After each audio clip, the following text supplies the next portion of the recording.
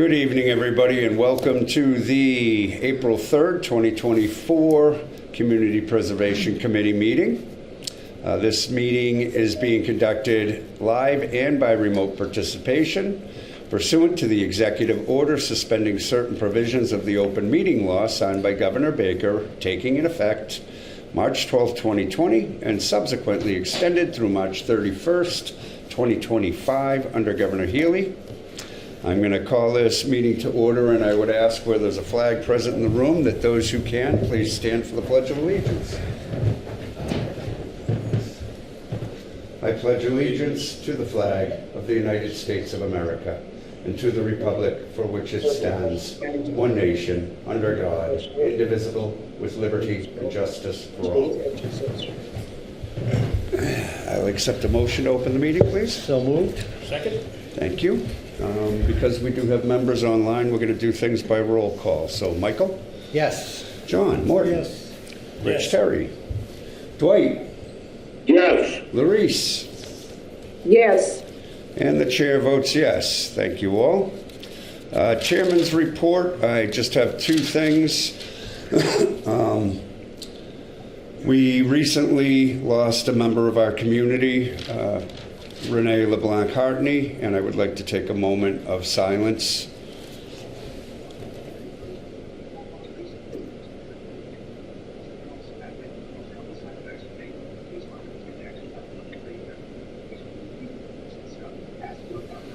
Thank you. Renee was a prominent member of our community. She was the first female director of the old Stoughton Music Society and has been before us before with an application. So just want to please keep her family in your thoughts and prayers.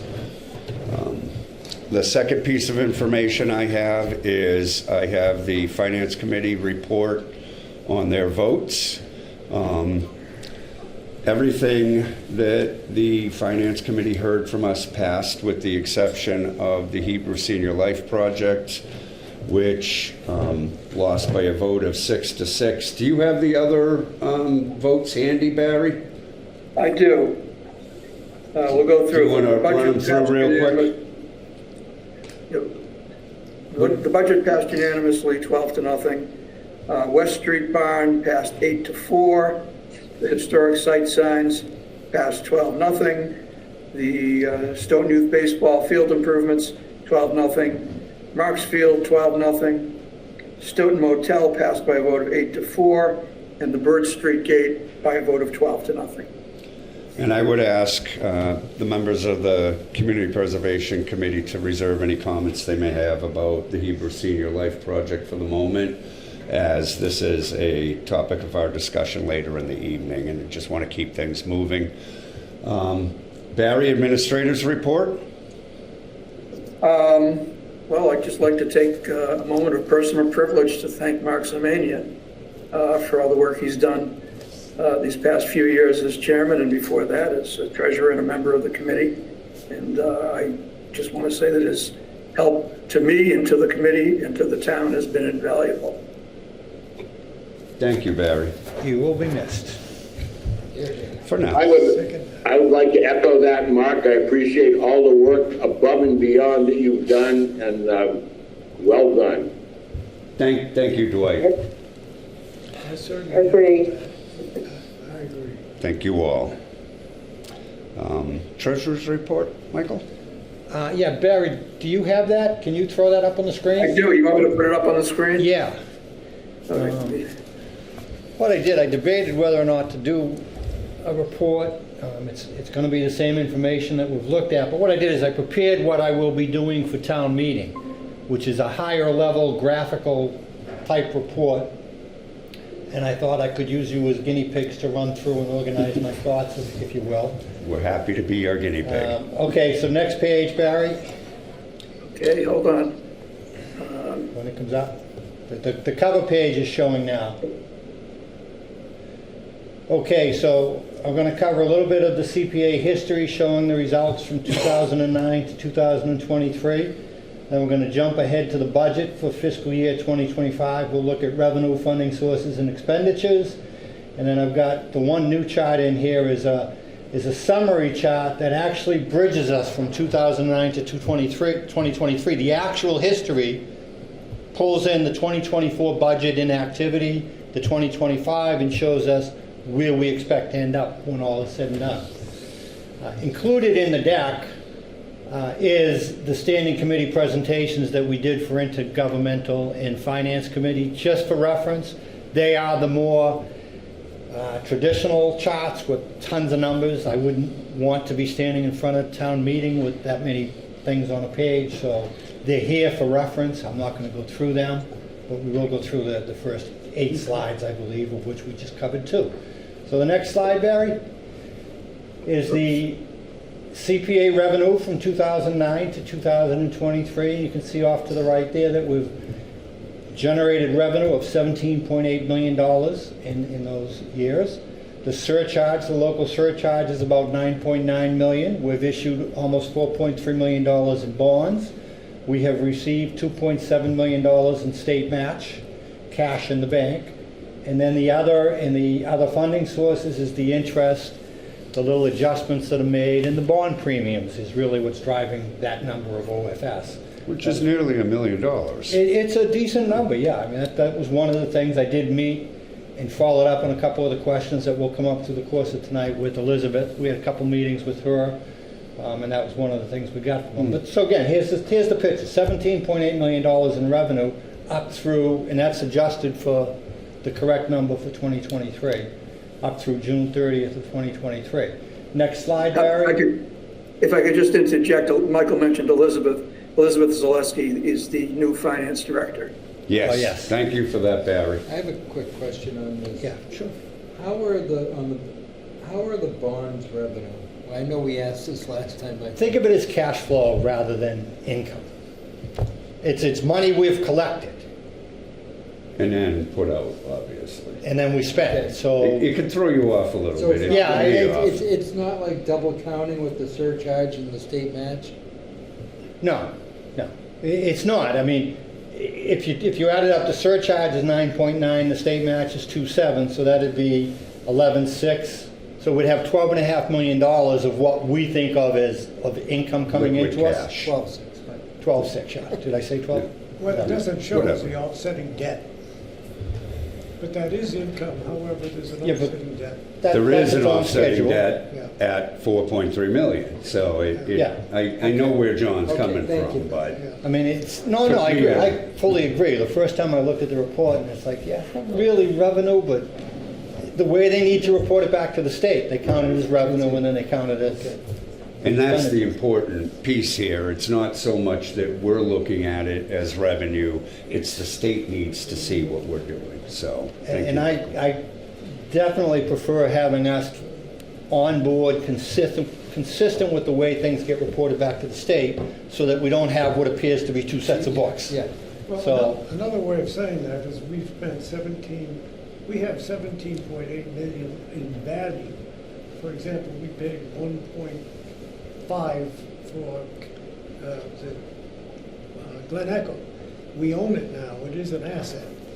We have an offsetting debt, but we got the 1.2 million in bond coverage. Right. Yeah. At the same time, we incurred a debt. Yeah. The problem is it doesn't show the offsetting debt. No, it doesn't. Okay, yeah, thank you very much. So the next page, and you'll like one thing I did different here,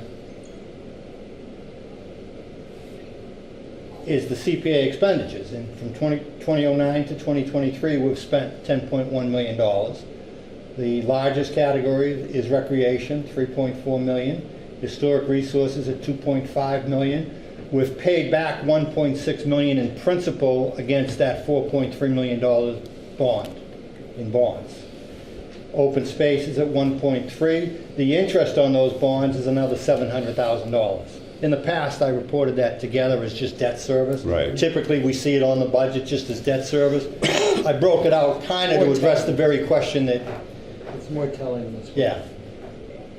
And also, I mean, with community housing at $400,000 and admin and other at $200,000. And one of the things, hopefully at the end of this year, if we get approval for everything, community housing will jump up into a much larger number and be well above interest. it almost pains me to think we've spent more in interest than we have in housing. in Oh, the yeah, last no, 15 I years. noticed that about this. Our bond principal and our interest are Yeah. both higher than what we've spent on community housing. I will say, however, that although a little bit imbalanced for perhaps good reason, recreation and historic resources are both very close now to each Yes. other. They're not perfect, obviously, but you can see, the difference. And another piece I think that is worth mentioning is I hear from the residents an awful lot about the CPC spends too much on open space. John, I believe you said we paid 1.2 million just a minute ago for Glen Echo. Yes. We have spent 1.3 million. So we have not spent No, much money it's- on open space. Certainly is not as much as the public perception is that we've spent on it. And I think that's important to recognize, and furthermore, moving forward as a committee, to find a way to better educate the general public about course, what we actually spend Part money of on. the issue there, and it was a good thing when we broke out recreation as a separate category, because otherwise that would all show I up. agree, right. And really reinforce Right. that Right. perception. I would also say, if people raise the issue, we tried to spend a lot of money on community housing, but for We have a reasons number of times tried, internal yes. to our committee, it was not allowed. Yeah. Correct. Interesting note, doing some work with the community housing as of late, one thing I found out was Habitat for Humanity now does have an in perpetuity clause within their units that are being built. It was not the case when we had, as a committee, when this committee decided to grant monies to Habitat for Humanity. So the point I'm making is whether or not it had anything to do with us, the rules from their perspective have changed, which opens up a different opportunity for this committee moving forward in the future, because they now do meet that requirement That's good of to their know. affordable housing being in perpetuity. You can move on, thank you. Okay, Barry, next page. So jumping ahead to 2025 revenue, we have a surcharge of 965,000, a state match at 194,000, and 18,000 of interest and other, for a total of 1,177,000. And that's a conservative projection. Those are State conservative projection. numbers. But important numbers for something in a little bit further in our meeting, so keep that in mind. Next page, Barry. For funding sources, we have the reserves. The undesignated reserve currently has at the end, it is projected to have $6.3 million. Community housing, $621,000. Historic resources, $416,000. And open space, $232,000, for a total of about $7.6 million. And that's money that's available to us for projects going forward. Another very important piece of what we'll be talking about shortly. This does not assume, does this assume the passage of everything that's going to be before? No, this is what No. we have today. Okay. This is what we have today. Good question, we'll come back to it, but. Mhm. Next slide, Barry. Next slide is the expected expenditures, or the proposed expenditures for fiscal year 2025. We have the 7 articles totaling $3.666 million. Debt Somebody write service. a dollar there, will you? Debt service of $388,000, and the admin expense at 5% comes out to $59,000 for a total of $4,113,000. So those are all, this is just the same information we've looked at in detail charts, just kind of blown up as something you can put in front of a big crowd. Next slide. Can you just change that to 3.6 for your presentation? That's going to drive me nuts on the floor. Okay, this is the new chart where, as I was trying to struggle in my own mind, how do we bring us from the actual data that we know for 2023 up to 2025 when we still have a lot of moving pieces in 2024? So this just kind of recaps what was on the earlier charts. The fiscal year 2009 to 2023, we see the 17.8 million in revenue, 10.1 million in expenditures. So the CP2 had us at about $7.8 million in reserves. The remainder in progress projects, the remaining spend on the ones that were approved prior to last June is about $800,000. The 2024 budget was for $1,051,000 in revenue, $3.1 million in expenditures, which was like 2.4 in projects, and $700,000 in debt service. It was high debt service because we were paying off the railroad depot Right. bond for $320. It was artificially inflated debt service because of the payoff. Yeah. So, you know, you take that 7.8 million, you take 800,000 off for the projects in progress. When all is said and done with the 2024 budget projects, another $2 million comes off that. And what we're looking at for 2025 is the $1,177,000, $4 million, another $3 million. So, to John's point, when you get to where everything is cleared out that we know about today, we'll have about $2 million left over. We'll never see that $2 million number because that's not going to happen for 2 or 3 more years, and every year we're going to be bringing in more revenue and more Right. spending, but it tells us what our bottom line cushion is, and coincidentally, we will have just over $2 million left on the bonds at the end of 2025. And just so the committee and public understands, this was always an important factor for me. You want to be very careful where you have, it's almost like having a credit limit, but you know that you have X amount of expenditures coming out. You don't want to overspend just because the limit says you can. So it was always, I've always asked Michael to be mindful of that, and he's always been very good about being mindful, which is why we made some of the decisions we made this year about what to pay for in cash and what to bond, and maybe even what we sort of encouraged. You know, maybe we can wait a year for this because there was a lot going on and there was a bit of uncertainty with our own budget. So, go ahead, Michael. And yeah, and part of to reinforce, we've been running $6, $7, $8 million of cash, and the public looks and says, "You guys got all this money. What are you doing?" Well, we're spending We're it. moving it. There are a lot of moving targets here. Yeah. I don't want us to get in a position where we're spending against the $6 or $7 million balance we're carrying without taking into consideration what we know is out there that needs to get spent Right. based on what has already been, or in this case, some of what we are hoping to get approval from town meeting for. And the concept was always if, for some ungodly reason, all the chips were to be called at once, do we have the cash in hand? And the answer is yes, we do. But we were getting tight on that, so. Go on, please. Yeah, so that is it for that's essentially what I will walk through at town meeting. There's a whole much, the rest of this deck is just the same stuff we've looked at that we presented to the Finance Committee and intergovernmental. Excellent. And it's all the details that support those numbers. Right. Now, from a personal perspective, I like the layout of that. I'll stick to my losing the 666 part of it, but, round it up or down, I don't care, but get rid of that. But any members have any comments or concerns about the way this was laid out, or is everybody pretty comfortable with what they've seen? I thought it was pretty elucidating. Yeah, I'd like to thank Michael again for making it that clear. I liked it, clear to me, sort of. Me too. Yeah, even just, some of the questions that came up with Finance Committee, and it's like, yeah, the question's gonna come, so try to answer it with the chart. Yeah. Before they get to it. You refer back to it. Yeah. No, we get better at this every year, Right. so I'm thrilled that, Michael, you're running this and handling this piece of it.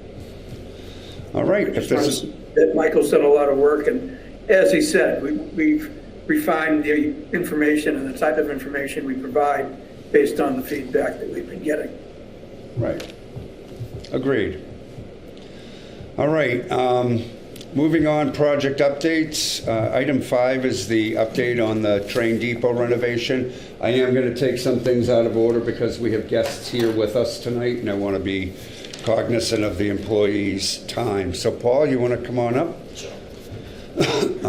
Just while Paul's getting seated, myself, Barry, and Michael had a meeting with Paul Jaffoon and Mark Tisdale concerning some of the things that this committee had issue or concerns with. Paul is here right now with us, and I will tell you that meeting went very well. I won't steal Paul's thunder, but if you want to give us a quick update as to where we're at, given what we talked about, that would be great.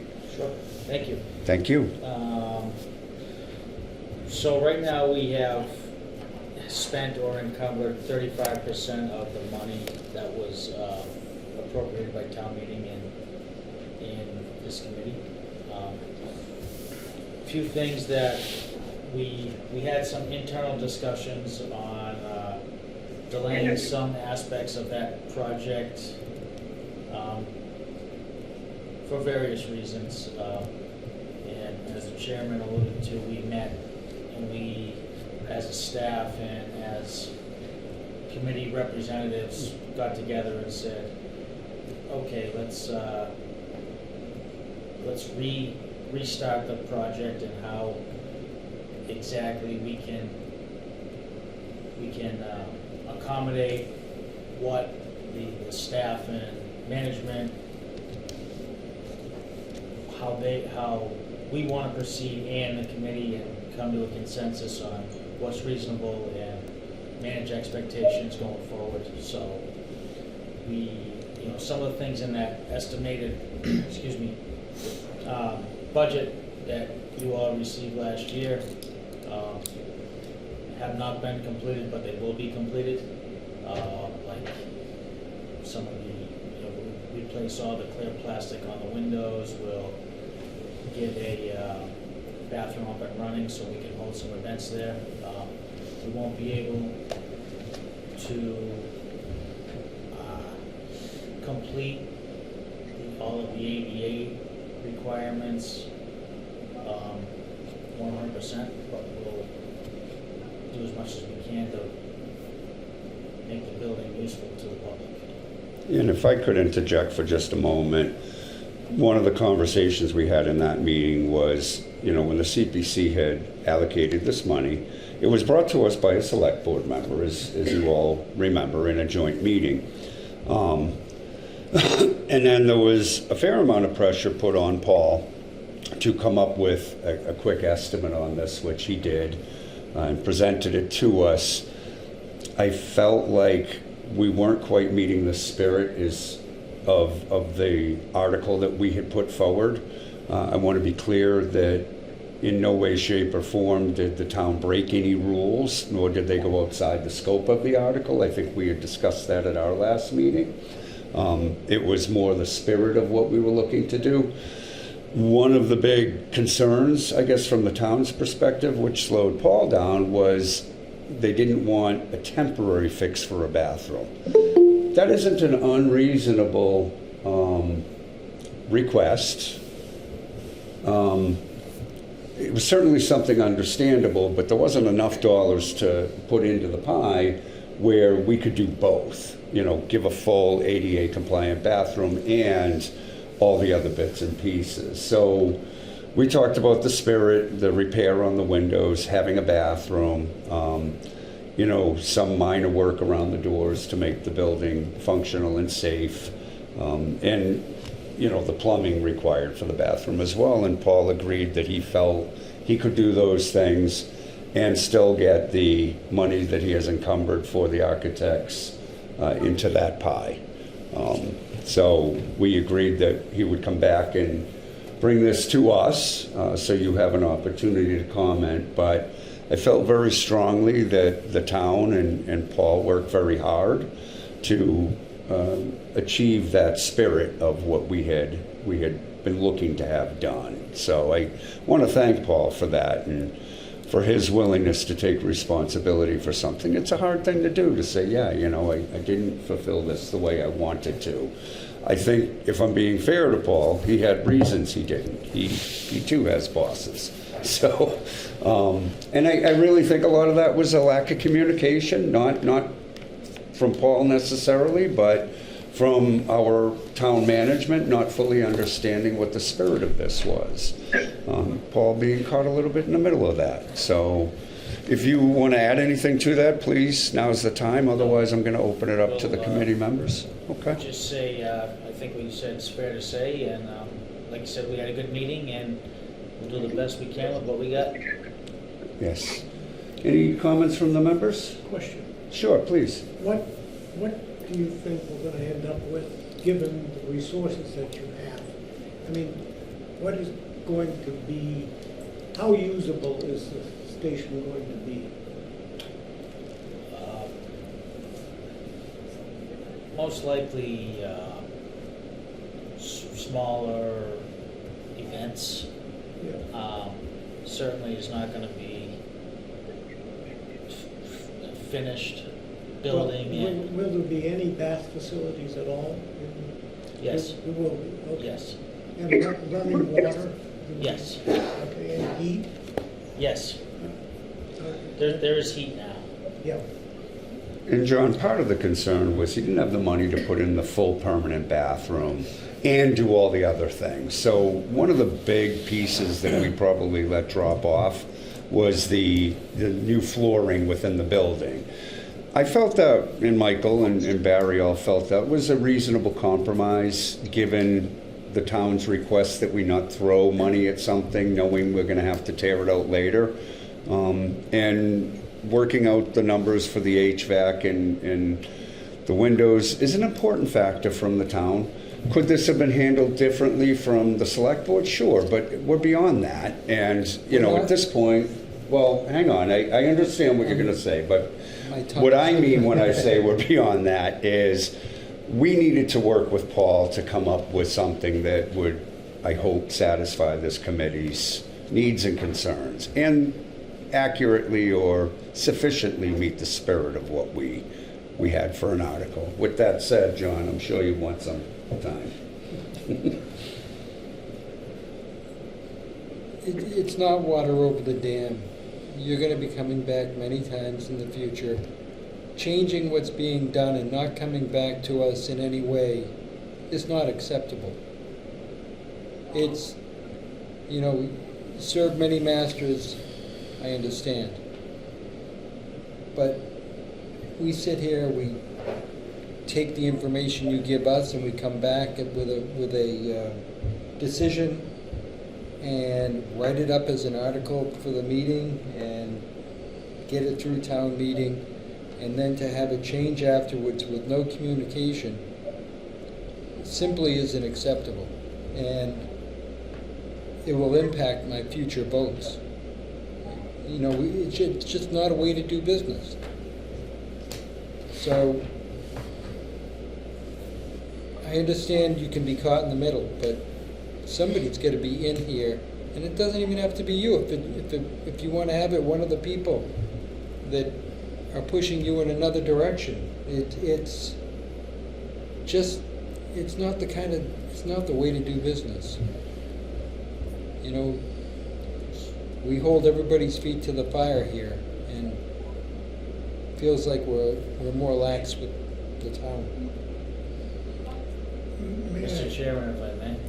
Yeah, please, you So, can respond. There was not a question in there, but I'd like to respond to that, Sure. whatever. Saying that we changed what we said we were gonna do and not completing that list are not the same thing. No, I don't that's disagree not- with that. So that's, Wait. that's not I the, think I agree with that. we haven't completed the You have not, the no. list. No. We didn't change anything. You changed what you're doing. We haven't completed it. So you're going to have a floor in there? No. There is a floor in it. I mean, Yeah, to there what won't be a new extent? floor in there, Like, no. I think that we're all kidding ourselves if we thought $200,000 we were gonna get a brand new finish.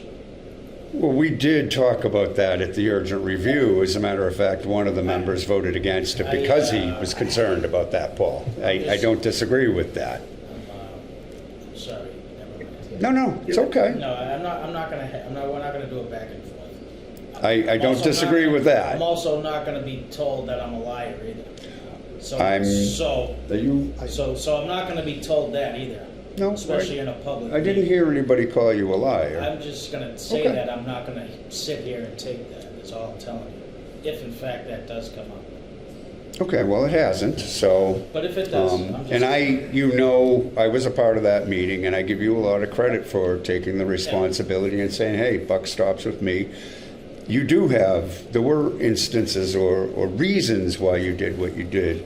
I think, John, and correct me if I'm wrong, but your comment is basically, You said you could do A, B, and C for $200,000. That is not going to get done. And you're right, we're not going to get the floors. We are going to get a permanent fix for the bathroom, something we would not have received. Yeah, we didn't expect it. Right, but Paul has worked on this and said, yes, I believe I can get the permanent solution in place, but something's going to have to. So what I'm asking for is that you come back and talk to us. Yeah, I think that's in the future. Yeah, You are here now, and I give you a lot of credit for coming The moment tonight. the moment you realize it, you say, look, they'd like me to do a permanent bathroom, so I won't be able to get the floors done. We are now, yes. We just met on that last week. So I know. And then I was asked to come here and say that, so that's what we're doing. I think what John's saying is we waited some time to hear that, not that's what. We went through our last meeting and everybody got all worked up. Yep. That was a month ago. John, did you have a further comment? One quick comment, if I may. Please. I don't know what the article that was passed by town meeting said. I do know what was said at the meeting here. I think one of the lessons we learn from this is that if we expect certain things and want to be sure that that's clear at the town meeting, the article should say. The motion should say it, yes. Put in floors, bathrooms, Yep. stuff like that. And by the way, implicitly, if we can't get there, come back to us. Yeah. But I think part of it is our responsibility. I would guess that the article that they passed was rather general. $200,000 to do some things. I don't know that it said put in a floor. It was not specific to items, you are correct. And due to the nature of motions, it did include any architectural or site design or any of that, which is why the town is clearly within the bounds of using the money the way they have chosen to. John's comment, John Linehan's, is that he is seeking more communication. Paul is aware of this. He and I and Michael and Barry did have that conversation. I want you to know that we also brought that to the town as a whole and said, look, we don't feel that we're getting proper communication.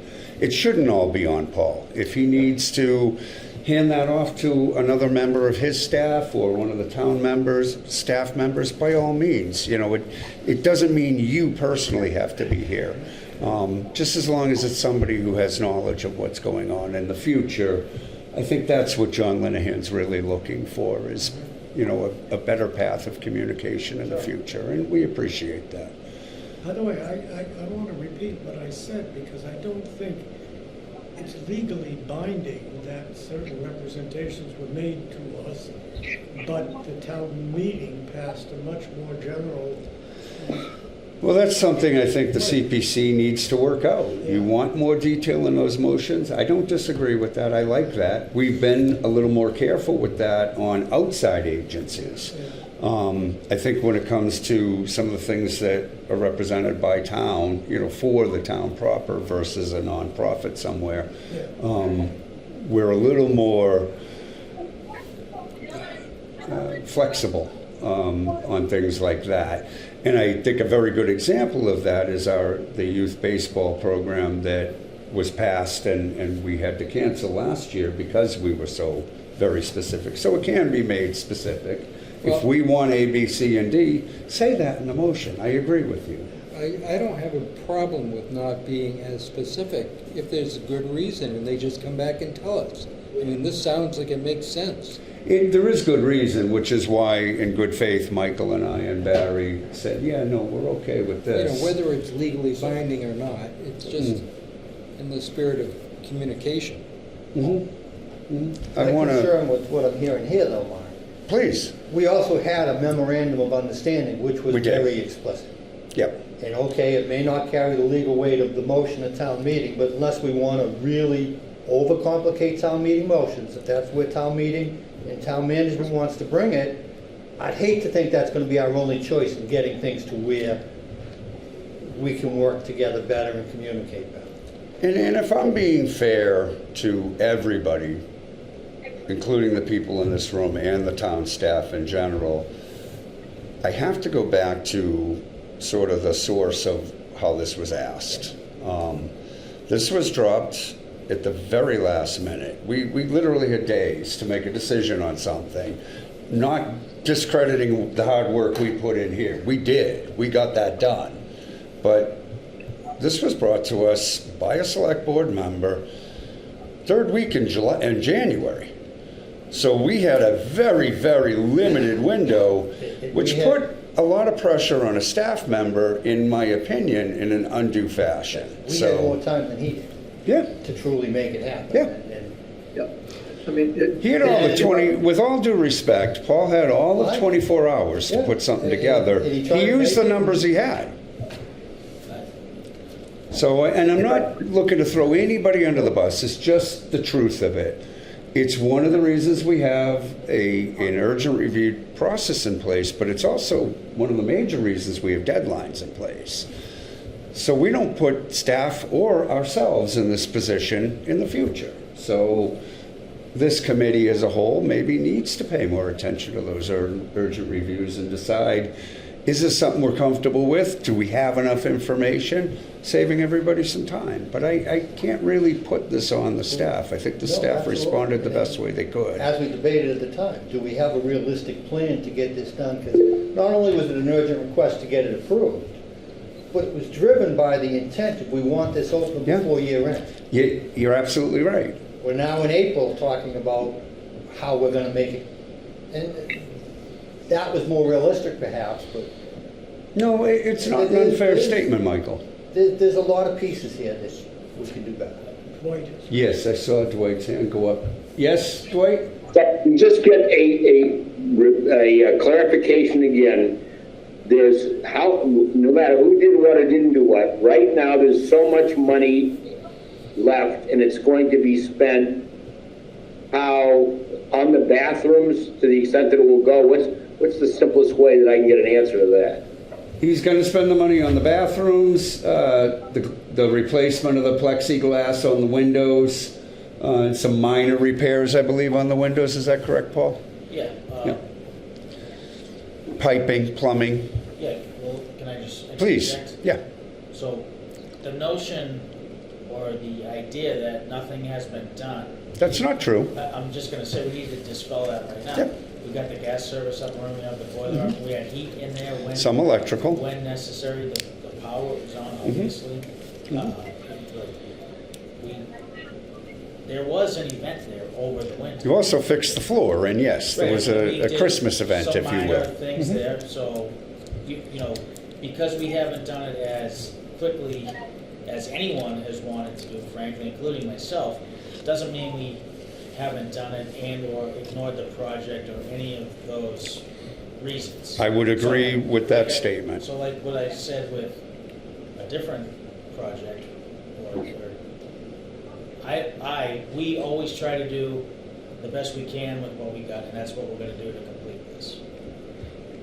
As much as we can. I don't disagree. I think to Michael's point, when this first came up, Michael didn't have a high level of confidence we'd be able to accomplish the things on the list. And please correct me if I'm wrong, but Oh, absolutely. it was one of your biggest concerns. I don't think it was an invalid concern. I didn't have faith that the urgency that was expressed to us from the Board of Selectmen was going to be carried all the way down to allow Paul to spend $200,000. The way he needed to, yeah. And I don't disagree with you. So, yeah, Paul's in the hot seat because he's in the middle, but. But he's I don't really see this not as the Paul's fault problem. at all. Right. It doesn't, again, doesn't matter So who, looking when, at, like why, the we're whole just gonna. thing, Yeah. Sorry, Dwight? looking at from more of a distance maybe than I should, some money has been spent and accomplished things, because I was part of the event this winter and it was nice. Yeah. More money will be spent as it exists, and just for me personally, I'm okay with that. Okay. To make that. Thank you, Dwight. Barry, you've had your hand up. Do you want to? Yeah, I just want to say, first of all, we need to give Paul credit for the fact that they did get the heat working. Yeah. I think the overall intent of the committee was to get the building open and usable by the public. And it was usable by the public. The problem was that because it didn't have a bathroom, Right. that severely limited what the public could do with the building. And so we, Mark, I, and Michael went into that meeting to see what we could do to make that happen. The building really needs a bathroom to be fully open to the public. And I think we came up with a good solution, which was that the town did not want to put in a bathroom, just to have to put in another bathroom down the road and have the bathroom that was put in not be usable, or have to be taken out. So what is going to happen, and Paul has already mentioned this, is that they were going to install an ADA compliant bathroom with the balance of the funds that are left, in addition to some other work. And Paul, if I could ask you, please, to send a list of what is going to be done, just to clarify for everyone what is going to be done with the remaining funds. That would be very helpful. A list with As soon as that's known. Of course. Yeah. with the timeline. Yeah, I don't, within reason, yes. Yeah, I mean, And if we're you're not gonna saying put you're gonna time drop to everything it, and get it done before town meeting, but I don't wanna, I hate to see us be in a position in September where all of a sudden we got more urgent requests about what we can do and get it done for Christmas again. Me too. yeah. No, I don't think that's an unfair statement. Right, and I understand you can't put a timeline to the exact day of when things are going to be completed, but a best guess, just as a guide for us, would certainly be very helpful. Give yourself a fair buffer Yeah, no, window. it's- Don't you? But it Okay. also then prevents us from being in a position where we don't know what's going on, because we're gonna see a deadline, we expect to get the bathroom done by August 1st. Yeah, Come August 1st, it's a checkpoint. We didn't do it because of this, but if we did, if we put a date down, we don't wait till November to find out the bathroom's not done and start Right. whining and complaining. Right. We have check marks along the way. It doesn't mean it's right. 100%. Barry, this would normally go under what, about a 6-month review, am I correct in that? We can schedule it for whatever is appropriate. Okay. For an update, you'd be okay with a 6-month? You feel like you'll have something to say? Well, It's a good I chance. certainly hope so. Yeah, me too.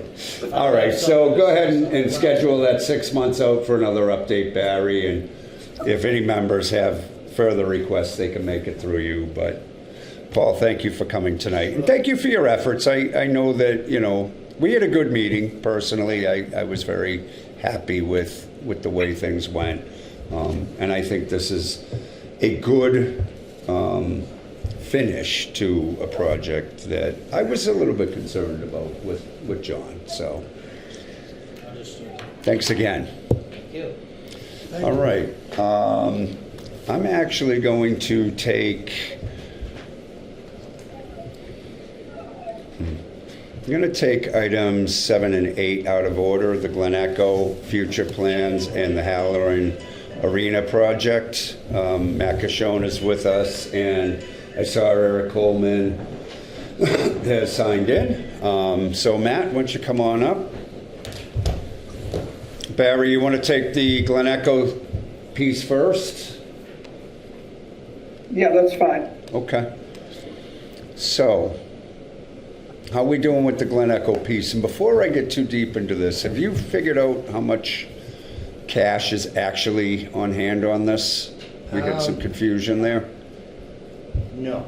I did review it with Elizabeth. Yeah. Sent her another note. She provided me another report that shows me what we already know. There was a $76,000 transfer from this project. It says to CPA operations. Elizabeth got back to me and said the money is still in the CPA account, but there's only $5,000 left on the project. And it's like, well, if the $76,000 is still left in the account, I should have $81,000.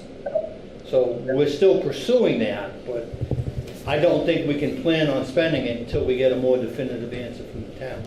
And, I believe we're gonna get it, but okay. it's not guaranteed. And you believe that it'll be 81,000? I still think 81,000 is the right number. I just don't know where that money went.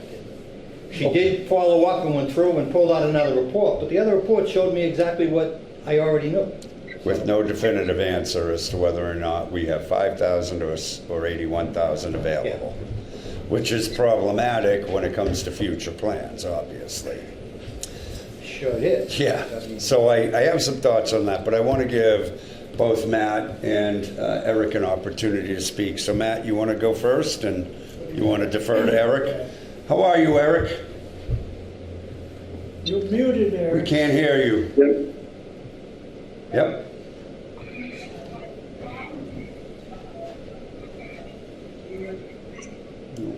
Very, very low volume there. Can you hear anything? Yeah. I'm hearing the other Barry.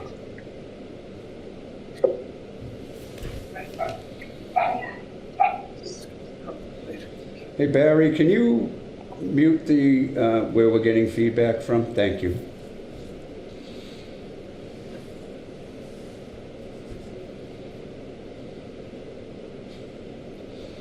Maybe we were Can you try continuing. again?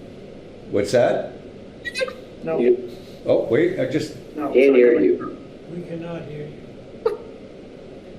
it's choppy, Eric. It's not, there's nothing discernible coming in.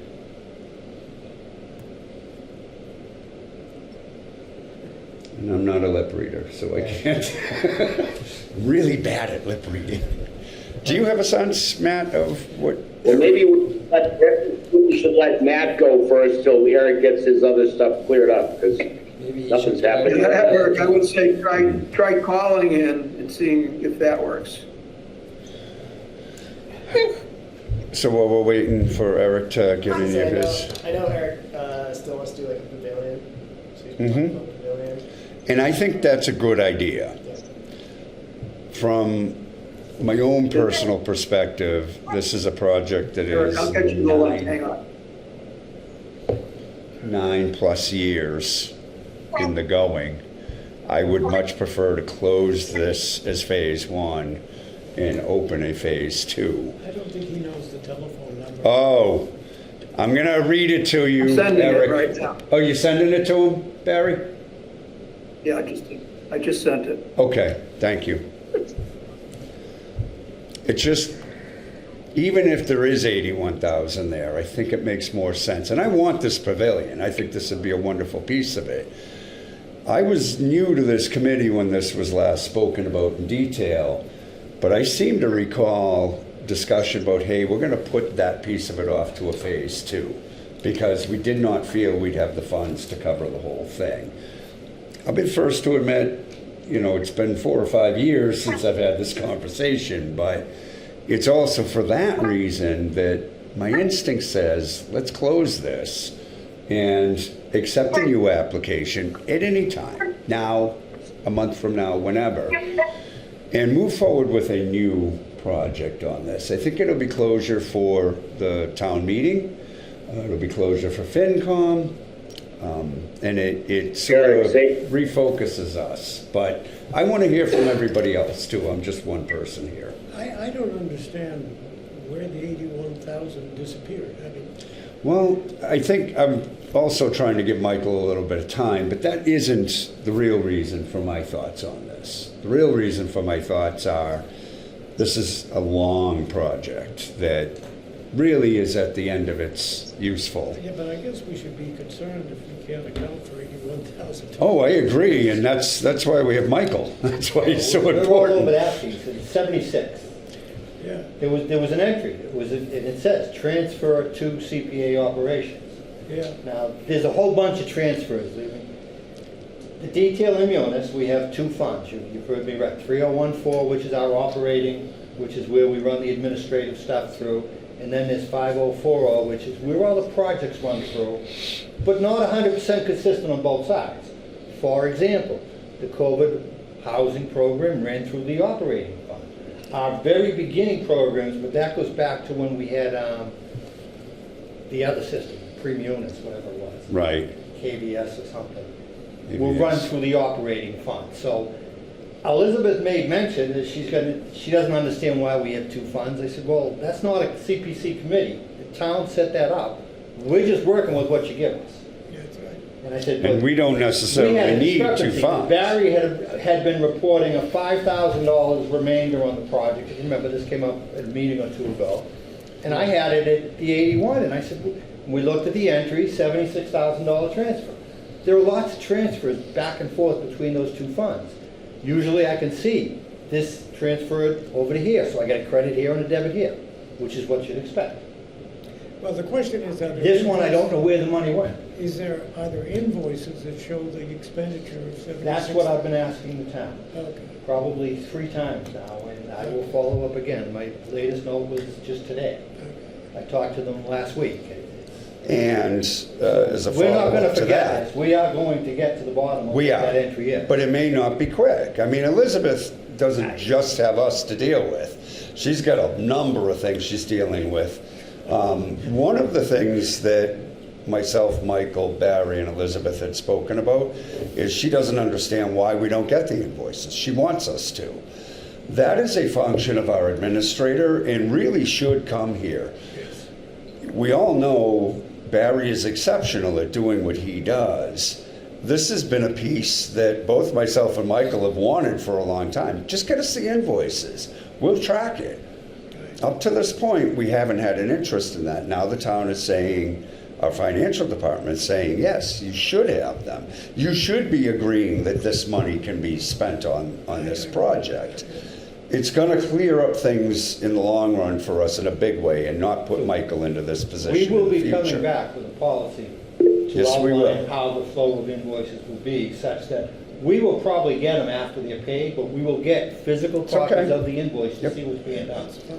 Yeah, good. And I I mean, teased I told- Michael. It was funny when I had that conversation with Elizabeth. I said, the committee would love it. Yep. I said, I don't want us to get in the way of you paying bills on time. That part I would have to talk about. She said, well, give them the afterwards. I said, the committee would love that. And then every month we'll come in and we'll, okay, here's the 5 invoices. We don't get that many invoices. Here's the 5 invoices that were paid on our behalf. Is everybody okay with them?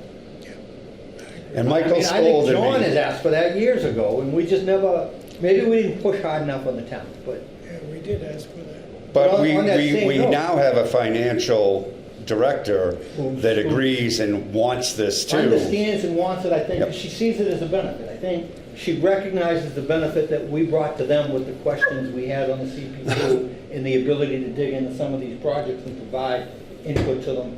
We should be Without that able level to do of this. detail. Yeah. That's good. But by the same token, we'll probably put together a policy to really formally close out the projects. We have one internally, you sign off, the Yeah. applicant signs it, Barry signs it, and the town accountant signs it. Well, we may well then take that list, just like in the past, we've gone back to town meeting and said, we want to rescind these balances on these bonding articles.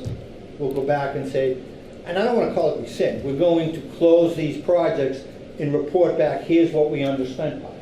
And then that will allow them It's to the money take it that's off the books. returned. Yeah, If that helps you, Elizabeth, it would help us tremendously. It would. And we're already halfway there with the form we got. And this conversation was, what, a week ago? Yeah, just last week. And Michael said, and no, Mark, I can't have it ready for next Wednesday. Because he knew this is something I've been after right from the start. Yeah, So Mark was hoping we could, and I said, that policy has to come largely in conjunction with how the town process works. And I understand that. I'm not gonna but- try to tell them how they should do their bills and what they should do there. I want to work with them so that we can get from them what we need to meet the needs that have long been expressed by this And community. furthermore, when And we we- look at a project like this, it's not how much do we have? Is it 81 or is it 5? That's information Mike and Barry should have access to, as should this committee. And up until this point, we haven't had a financial director willing to do that. We do now, and Michael is Just need to working let with her get Elizabeth, and I'm very pleased about that piece of it. Now, I believe, Eric, you're back on. Yeah, just before we Yeah, go please. off that subject, can we just no, permanent, we cannot. It's part of it. this discussion of the 75? Any better? 76. 76. Mhm. Can we make sure that's on every agenda until we get to the bottom of it? Yes, absolutely. So Barry, as part of the ongoing agenda process, we please ensure that until Michael is able to ascertain an appropriate response and answer, that you continue to keep this on the agenda for the future? Yep, I think what I would like to do, if it's okay with Michael, I just wanted to point out that Elizabeth Zaleski has just been with the town since sometime in mid-February, I believe. Yeah. And since then, Michael has been working diligently with her. This isn't the only, what I would call, major issue that we've had. There have been other major issues, and Michael and Elizabeth working together have been able to resolve them. Right. Things that have been hanging out for quite a while. We didn't really have an answer for. This is certainly one of them. Yes, what we'll do, just to go back to what I started saying, is we'll have an agenda item on every agenda, and maybe as part of the treasurer's report, just to get an It can update. be part of the treasurer's report. That can, put it as a separate Yep. line under the treasurer report. I'm perfectly fine with that, Barry, as is the committee by the looks of it. And much like one of the things we've talked about in the past when we found discrepancies on the CP2, or things that changed, I wouldn't call it discrepancy, there were things that changed after the CP2 was filed, and the answer was, well, the CP2 is a one-year set-in-stone number with the state. There is no provision to go back and correct it. But the alternative, and the town didn't want to do this in the past, but I think Elizabeth is like mine, we can always make that adjustment in the current year.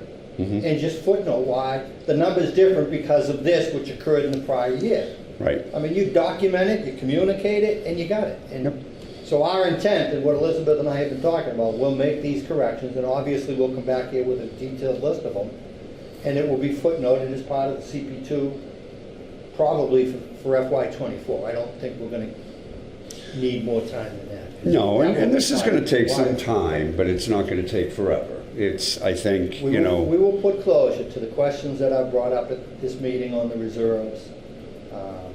And even some of the other ones, going back a couple of years where some entries may have, and what I can't necessarily tell from the limited reports that I do get is the money could still be in the CPA world, within the overall CPA fund. It's just not on the reports I'm getting. So then you got to identify what reports so that I can get it and see it and come back to this committee and say, yes, I agree, this money is still where it belongs. We also want to make sure that we are square when it comes to the dollars, that the money has actually been returned to us. And I have every faith in Michael and Elizabeth. And that issue actually is later on in the agenda under administrative items. But I did want to point out that I did ask for the accounting department for copies of all invoices at the beginning of the fiscal year. And of course, then Bill Rowe left, and there were more important issues to Right. deal with, and that never happened. Yep. Hopefully that will happen now. Are we able to hear Eric yet? Testing 1, 2. Yes, we can hear Excellent, you. we got you, Eric. All right, Yes. Good, let me get, so I can see what's going on here. I guess I don't have to see myself. Okay. I had some ideas as to what I wanted to do with Glen Echo, but if we don't know what we've got, I don't know that we can really do anything. What do you want to hear? Well, I'll contribute something. We know, I'd like to have that dock put in that Matt has at Ames Pond. No money, dock at Ames Pond, excess one, put in as a boat launch ASAP. I'd suggest that. And you don't think it's probably not too early. No, it's not. I mean, in the season. Okay, great. Is Matt there? Yeah, Yeah, Matt is, I believe Matt's in the room. DPW agreed to do that. They did. When we had that meeting in the fall, so. And is there going to be any cost involved from the CPC funding to get that done? No, we have it already down there, it's fine, we just gotta just transfer. So it just has to be put in. Yeah. Just transferring it back and forth, and then taking it out a little bit of time. So Eric, I'm sure you've been able to catch. Go ahead. Yeah. Well, I was going to say, you probably caught the discussion we've been having about, whether we have 81 or $5,000. We're not clearly sure. That is an accounting issue. How would the Glen Echo committee feel about putting a new application before the CPC, obviously doesn't have to be tomorrow, but taking the next couple of months, putting a punch list of things you would like to see as an addition to that area, you know, improving it for the community, and allowing us to go through the process of finalizing the closeout on the remainder of what's there. Yeah, it sounds good. If I knew what was there, or if we knew what was available, then I could do something with the money that we've got in this phase one for a sun Shade pavilion? deck. Shade pavilion? Shade pavilion, thank you, a shade pavilion. And I'm not even sure what I want, and I don't know, well, I kind of have an idea what I want, but I don't know the cost of things. So, and it's just me at this point. Well, I believe what Mark was saying was that given how long the project has been on our books and open, what he'd like to see is, let's close out the project that's hanging out there and start new with a new application. Well, that's up to you guys, but if we've got some money there and it's still phase one, and we can do that building, then great. The shade pavilion. And I don't know what things cost in the shade pavilion. If we can ideally, what I'd like to see is something where people, for example, who've got apartments or don't have houses that can accept have a party, they could go to Glen Echo and have their party there, have it in the shade pavilion, and I think it would be a nice addition. And the parking is available for that size group, so I'd like it, and it could go a little faster if we knew the money was there. So in that situation, I wouldn't want to close it out at this point until you come up with some idea as to what money's available, and then Matt maybe can figure out what things cost, or maybe with perhaps the engineering department's help, and see where we go from there. Hey, Dwight, you have your hand up? Two key things here. One, do we have the money or not? And two, how much would a shade pavilion cost? Right now, we don't know either factor, but they're both very important to me. If we had the money and it would pay for a shade pavilion, then I would say keep it and build a shade pavilion. But right now, we don't have a figure on how much the shade pavilion costs, or if we really have the money. So, but if we take the rationale where we just clear the account, we're clearing the account not knowing if we're clearing out however much money is missing, the 70 whatever. Whereas in my point of view, to keep it in the front burner until we might use it for a pavilion or something if we had it, would make it higher on our list of finding out if we really had it, as opposed to if we close it out and the books are closed. But in any case, if I have the money, we have the money and would pay for the shade pavilion, I want to keep it and hold it. But we don't know either factor at this point, but if we did have the money and it would pay for a shade pavilion, I'd give it, I'll be both on CPC and Glen Echo committee, that's what I would do. But we need information on both ends. I think the money part should come first. Yeah. That is what's available. I agree with you. Pavilion would cost. Yeah. To find it out, You don't have a helpful. sense, do you? I know If it I costs have about what we have, then town of Randolph has a nice park, so I've asked them for their good docs and stuff. So their town planners look at that. I mean, it probably wouldn't hurt to look into it a little bit. And you have a pavilion of sorts at, It's called a gazebo. yeah, it's a little bit different than this, Kind but, of like what's down at Faxon Park. right, I'm very familiar with it, A little smaller obviously. in diameter. Yeah. I stick by my principal aspect of this, that this has been open a long time. I do. And I would like to close it regardless of how much money, but encourage, very strongly a new application. I'd be shocked if the CPC would reject another application, but I can't speak for that group because I won't be a part of it. Nor maybe will you. Go ahead, John. Under today's rules, this would have been closed out just because of the time. I know.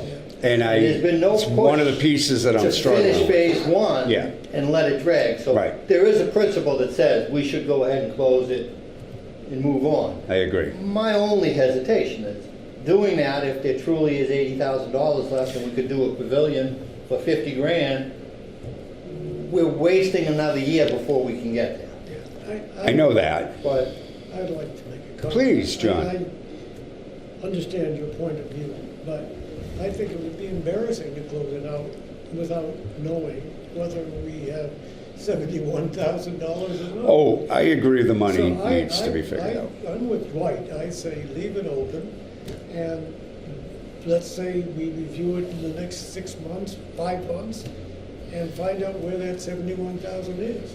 It's not gonna stop anything. In the meantime, they could come with a new, because it's gonna take time for them to put it together, and assume that it doesn't have the 71 when they come to us, and if we find that we have it, then we'll reduce their new application by $71,000.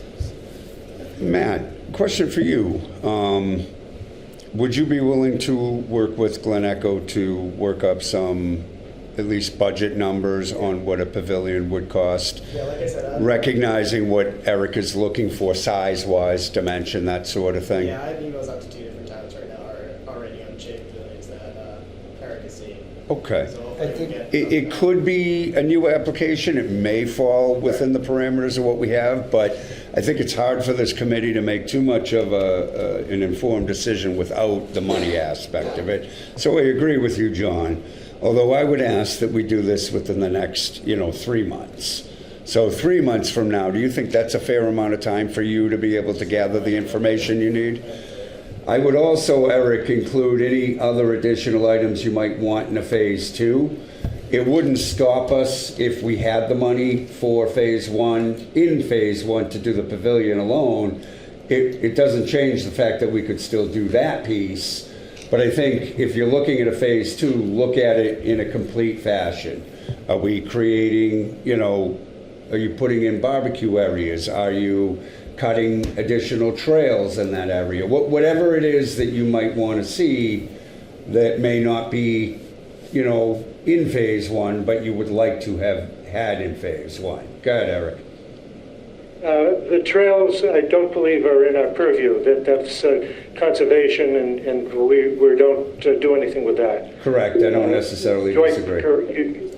That is Well, correct. Want to give you the good news that without any CPC or any other money being spent, there are 4 new small bridges built over the trails at Glen Echo. There's a new trail that goes down to Pine Street.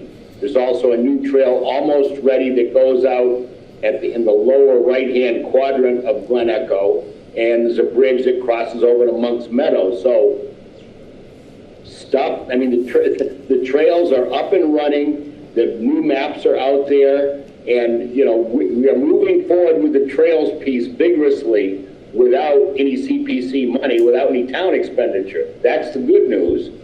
The pavilion will take money if we find out we have any money. So again, on both ends, how much does the pavilion cost, and do we really have that money? That's Correct. And Dwight, I almost forgot, but I'm told you're putting a bridge in the near future.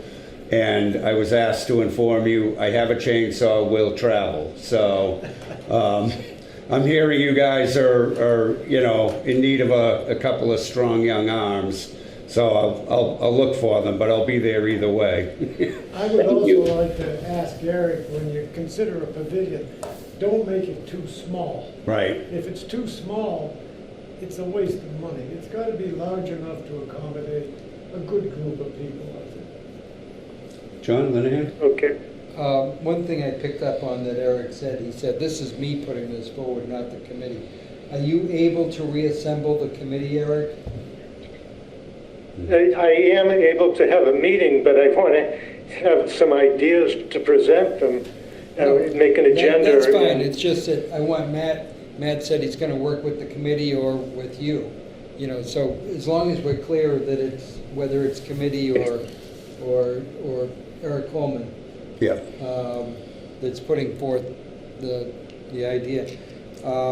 Matt, the Good. other thing is, it seems like you'll need some policy procedures on use of that Yeah. thing that, you know, just so if a family reserves it and other people are sitting there, they can Yes. show them a permit of some sort. Yeah, so we already have done that. It's the same permit policy as I Catholic Parks. Good. And, Okay.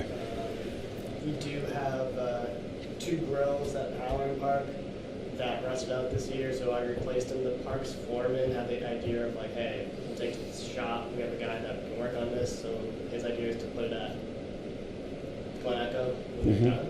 Okay. So we'll have the same policy there when you want to use it, or something like that. Excellent. Yeah, I had thought of that and never got a chance to ask it. I Eric, you want to? John Martin had said, don't make it too small, but I'd like some ideas from him as to what he thinks would be a good size so that we can look in that direction. Yeah, I mean, I'm not an architect, but I think, you know, if it covers one picnic table, it's too small. Yeah. Are we looking to be able to Two, put do you want 3? 30, What do you think? 30 people under it? I Yeah, mean, what that's is what I the, would- yeah. yeah? I have one in mind. My sister-in-law works for a rec department that has a pavilion that I'm trying to get a picture of, but she hasn't sent it to me yet. It's a large pavilion, right? It probably sits like 6 picnic tables, but in the back, it's kind of like a shed where it has like a little bit of like running water, like and just like tabletop. So if you did have a barbecue out there, like Eric said, the living apartment, you could go there, rent up like a party. Stuff. Yeah, I think 6 tables, enough, that would give you enough room for approximately 30 people. And they could be separate families using each of those tables. Like we go to the beach and they have something like this down in Rhode Island. And, you know, different families are under there having their lunch. You're a little bit out of the sun, but you're still at Or the the beach rain. having fun. Or the rain, yeah. But But you'll have to make a provision. beach isn't if as it's much fun in the possible, rain. Reserve it for special functions Correct. Yeah. with appropriate signage and Yeah. notice. Yeah. So it'll be the same as our permit process. Yeah, yeah, That's been pretty smooth. We have yeah. Somebody might want to get married there. all right. So It sounds like a good course of action would be to put together a plan for a pavilion, big enough for about 30 people. yep. Yes. And if we're lucky, we already have the money. And we can do it. Worst case, We go to town meeting. come the fall, we're gonna have another proposal, and yeah, it's gonna be next year before it gets anywhere, but But we that's might as well do okay. the work now. Yep. Right. I mean, and hoping that we're gonna be able to do something relatively quick and have it out there certainly before this fall. We can have it But if ready, we you know, keep hopefully, waiting- worst case scenario, we'll get it next year and it'll Worst be case up and running scenario, by we'll the present fall. as a new proposal in the Yep. fall. So everybody's got their marching orders. You have the heaviest weight. You gotta find out how much money's available. My heavy weight is just emails and follow-up. It's Yeah, I not know. heavy weight, it's just. Eric, did you have a follow-up? Yes, I was thinking if we can cut costs. If we need to cut costs, we could have the Southeast Regional build it, buy the lumber, and DPW could do the foundation or the pad or whatever's necessary for it to come on. But if you're talking about, not that I want to waste any money, I don't. But if the money's available, maybe it's a better job if it's done completely by one builder. I Mark, will do you have any say, ideas on that? I could add to that, Norfolk Agricultural could make the wood. They have a wood mill. They mill trees. Their arborist program is absolutely phenomenal. And I know they accept orders for things like this. So I think that's something for this committee to very seriously consider. Reach out to them. They also have a carpentry program, but you know, Southeastern does as well. The point is, yeah, let's lean on our regional schools where we can, because they're doing fantastic work and they need this. I mean, they need to learn. This is a great place for them to do it under great supervision, and we're going to get a quality product, all with the benefit of knowing that our own students built In it. fairness, that also makes this sound like a new project, not It a does. continuation of what was approved 9 years I ago. agree with that. I don't disagree. While it may be a much better way to go, Yeah. I mean, we shouldn't just feel like we have to use that money. because No, I It didn't know. get spent there. If Right. it makes more sense That to was do- my feeling with Mark. Yeah, I mean, and we have to stay true to that original proposal. We can't add stuff just because there may be money. Well, I believe that that But I original think, no, I think proposal everybody had the agrees the pavilion. pavilion was. Yeah, We have to find out if we have the money. That's the problem. I know. Well, I the answer I to think the it challenge, simplifies it if I we just made this a new Haven't project. been convinced. That's all I also think town meeting wants to see the progression. And I think we're being fair to our public if we decide, let's close this up. Let Michael worry about the money later. That's not as important. But bring this with a new project. We've had an exemplary record with the schools, working with them over the past few years that bring projects to us. I mean, it's just a great solution, and we need to show everybody that we're a town.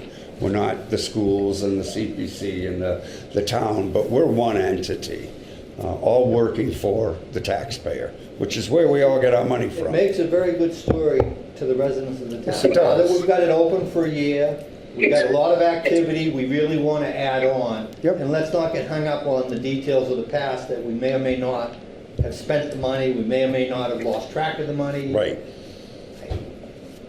Or whatever, wherever that transfer went within the funds. So at this point, I think we've talked it out. Why pretty does his well. hand up? Well, while we're on Glen Echo, I think the thing about getting the schools involved is a great thing. Doesn't necessarily mean a new project because there were no contractors listed to build that pavilion before with the money, so that's still an open issue as to how it could be done with a new contractor. Two, I have a question about the gate out there, which we know our funds cannot repair that gate. Is that gate repairable with a new arm being put in, or are other things going to happen to it?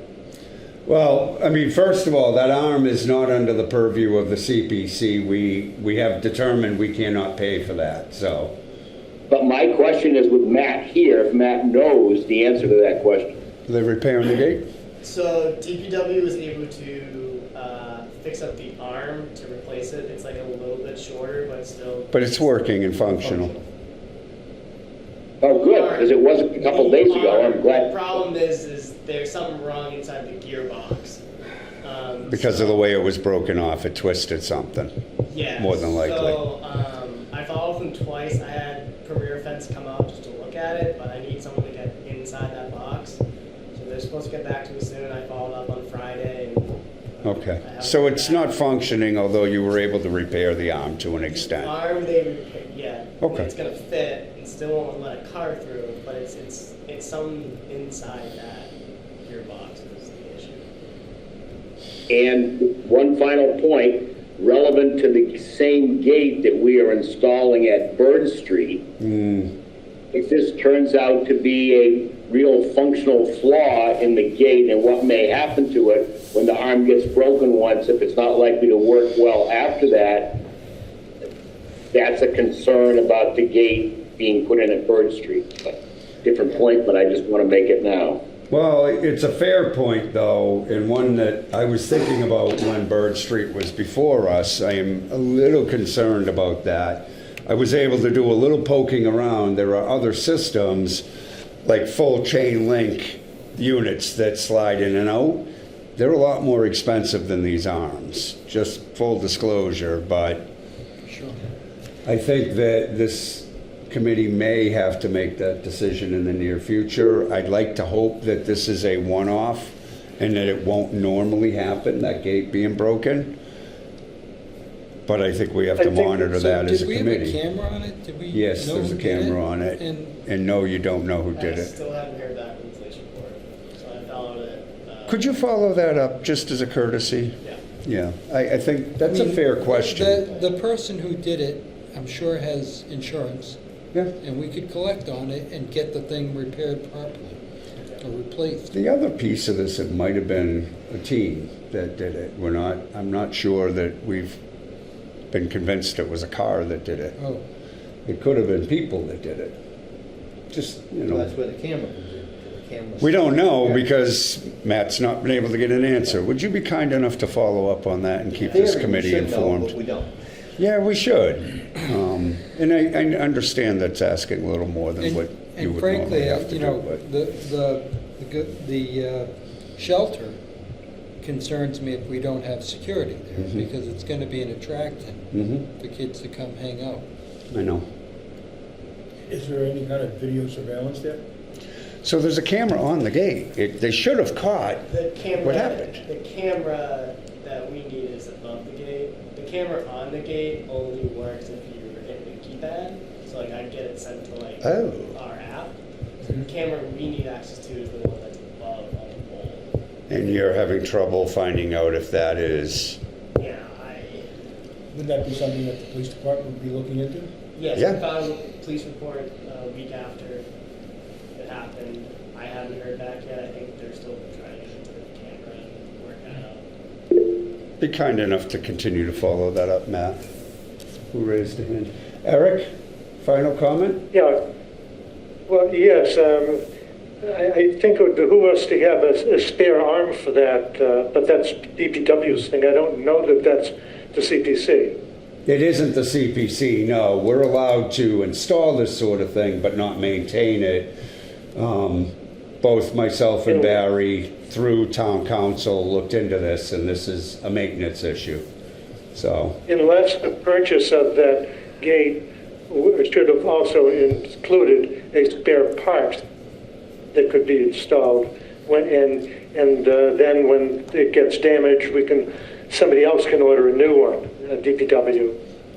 for example. I wouldn't disagree with you, Eric, but that wasn't a part of our original, so I think we're, Okay. Yeah, it's not gonna help here. I mean, it's an No. idea going forward, but we should not be in the business of building a spare parts inventory for everything we're spending money on. Correct. That's not a good use of taxpayers' money. so, And there wasn't room for a sliding gate.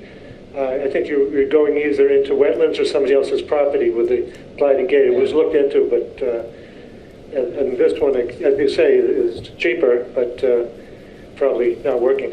yeah. All right, so at this point, we've talked this out. Barry, you want to put this back on the CPC's agenda in July, please? And We have a next hopefully- meeting in June. That would be, you want to review this in July? That'd be 3 months. Yeah, okay. No Yep. problem. Yep. Okay. All right, thank you, Eric. I would certainly hope I have an answer by June. I hope so too, but I'm trying to be fair to everybody. And you're going to work on some, at least rough budget numbers on We have- design and We build. have to take this disappearing money issue very seriously. Oh, we know This is- that. I agree with that. And furthermore, Michael is very much aware of that. He's the man I trust with the money, so. We are on top of it.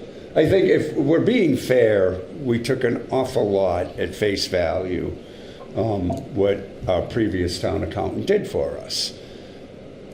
That probably, It's all gonna be- in hindsight, was, we could have been a little better about it, but it was a tough battle because that person liked to do things a certain way, and we now have a financial director that wants to look at it differently, and I think that's to our benefit. So, Michael, we'll keep on the money, and come July, we should have some answers on a number of mobile parts here. Again, I really feel strongly let's close this out and start afresh, but that'll be the committee's problem at a later date. Thank you, Eric. Thank you, Matt. Matt, You're stick welcome. around. I got you for Halloran Park after this. Good night. So again, I'm going to take it out of order. Item number 8, which is the update on the Halloran Arena project. Matt, do we have a skating rink yet? So obviously with some delays, like the engineering department. Excuse me, Matt, I can't hear you. Is there a way to get closer to a microphone? Just speak up a little bit. Where is the mic? It's right, this owl thing in here, but you're not going to be heard by that. So obviously we had some delays as the engineering department said they'd do the design Yep. for us, and they were caught up with some other projects. They completed the design. We went to the planning board. We did our site plan approval. They passed that, completed that. Construction docs, bid docs done. Procurement sent it out to bid. We had site plan or site reviews. Walk through. walkthroughs beginning of March, and then we did get bids back, and we did have 4 companies that did bid on it. Unfortunately, it did come up higher than what we have, so we'll need more funds for the project, unfortunately.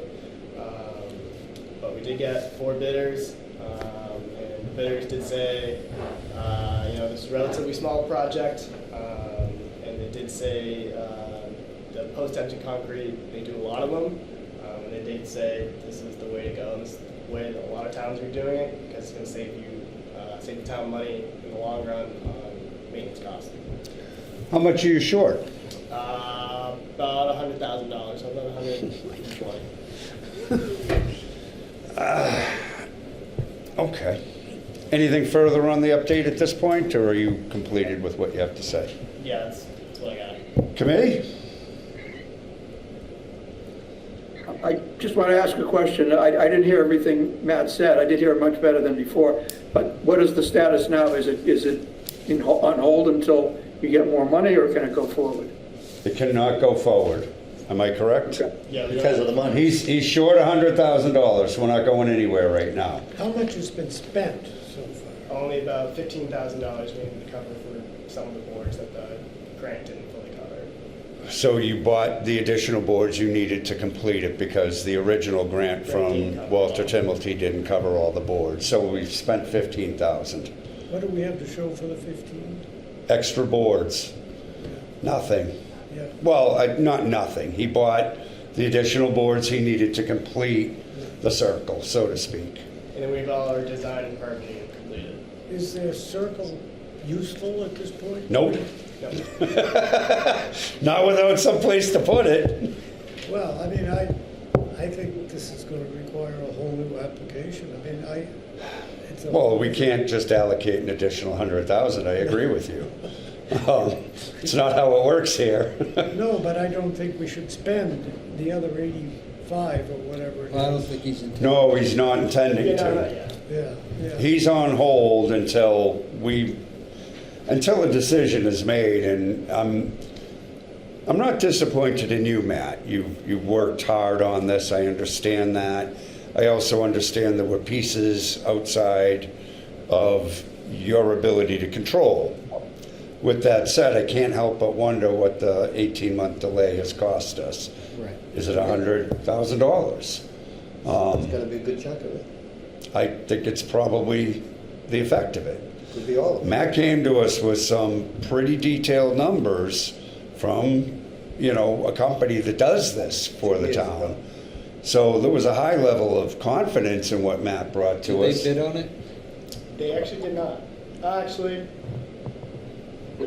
they're under two different names, so they could be that first bid. Yeah. So furthermore, this is an inflationary issue, I think, a little bit. I'm frustrated, not at Matt, but I'm frustrated that we're not going to see this project, that he's going to have a basement full of boards that we can't use until something happens here. Rich, you got anything? I'm going to go around the room. No, I sympathize with your situation. You've experienced it. Yes, and being in the commercial heating business, I've seen an exponential increase in cost of goods in the past 6 or 7 months, to the point where I make a phone call to my particular vendors once a week. That's how unsure I am of the parts I need to quote for whatever job I'm doing. Once a week, that sounds extraordinary, but I see a constant creeping. Maybe $3 here, $10 here, $50 there. And it happened mostly in late 2023. Only this past month, one of our major vendors said the pricing for the next fiscal year, their fiscal year, April 1 through this month through next year, there'll be no pricing increases on their heating systems. I was shocked. However, when I look back at the pricing increases we'd got the year before, they were sometimes in the 15 to 20% range. So I can understand exactly why you got the what you did. One of the things I'd like to suggest is, do you pay for a professional cost estimator? Is that not more or less what you did when you got the prices on this? No, we went off another town's mid-docs, and then we had another company that gave me a rough estimate of what they did, but obviously that was a couple of years ago.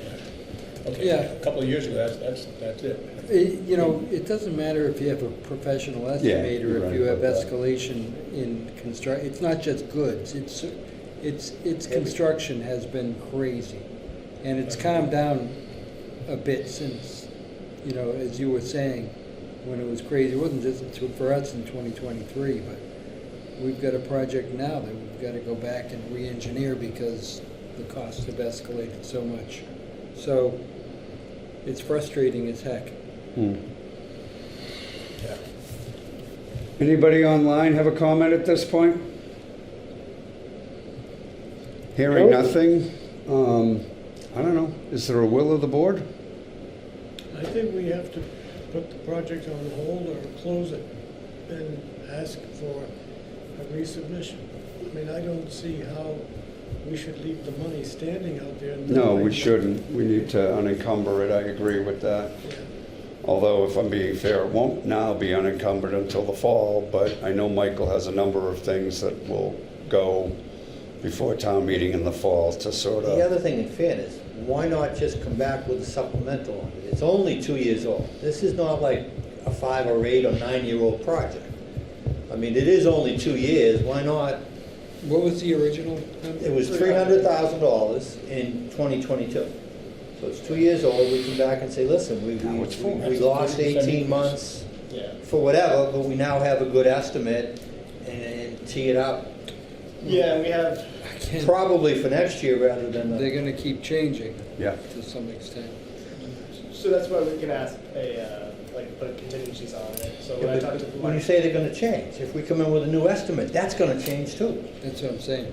But rather than kill a project and make a new project, why not just treat it like a supplemental? Effectively what we did with Rich's.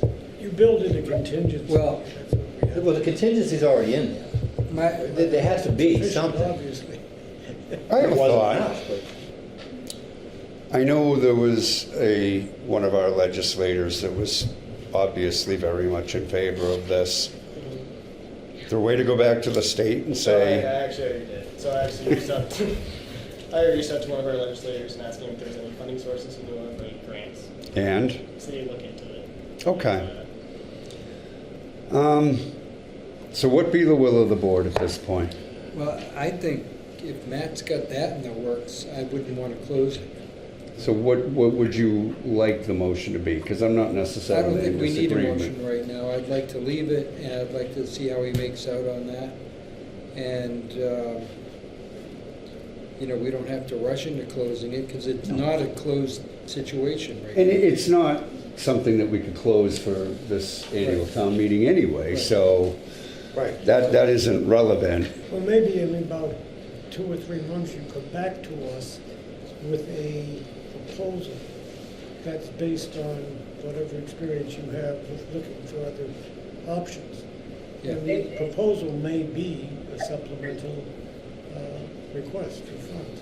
Okay, yeah, I can do that. I have a supplemental request. You have something put together? Yeah. I have an application. Would, If you want me to wait until I hear back from the legislator, I can follow up with them and see what they say, or you know, do you have that digitally? I can send it to Barry digitally. along. Yeah, would you send that to Barry? I think we want to continue to look at the legislators for some supplemental funding. But if you could send that to him, that can be shared with the committee, so we can sort of have a better understanding as to where you're from on paper. Yeah. And I would be willing to table this, if you will, or have it rescheduled on our agenda until July. Is that fair to everybody? That's fine, but I would also reiterate that we have to begin to establish priorities. Mhm. And for example, you're not gonna build the kind of structure at Glen Echo for $81,000 if it's going to be a big Yeah. party type thing. You might, but Yeah, I think You won't. you might, but I And, wouldn't necessarily argue with you. you know, 100,000 here and I know. 100,000 there, pretty soon you're talking about real money. Yep. So, I just think we have to understand that we can't say yes to everything.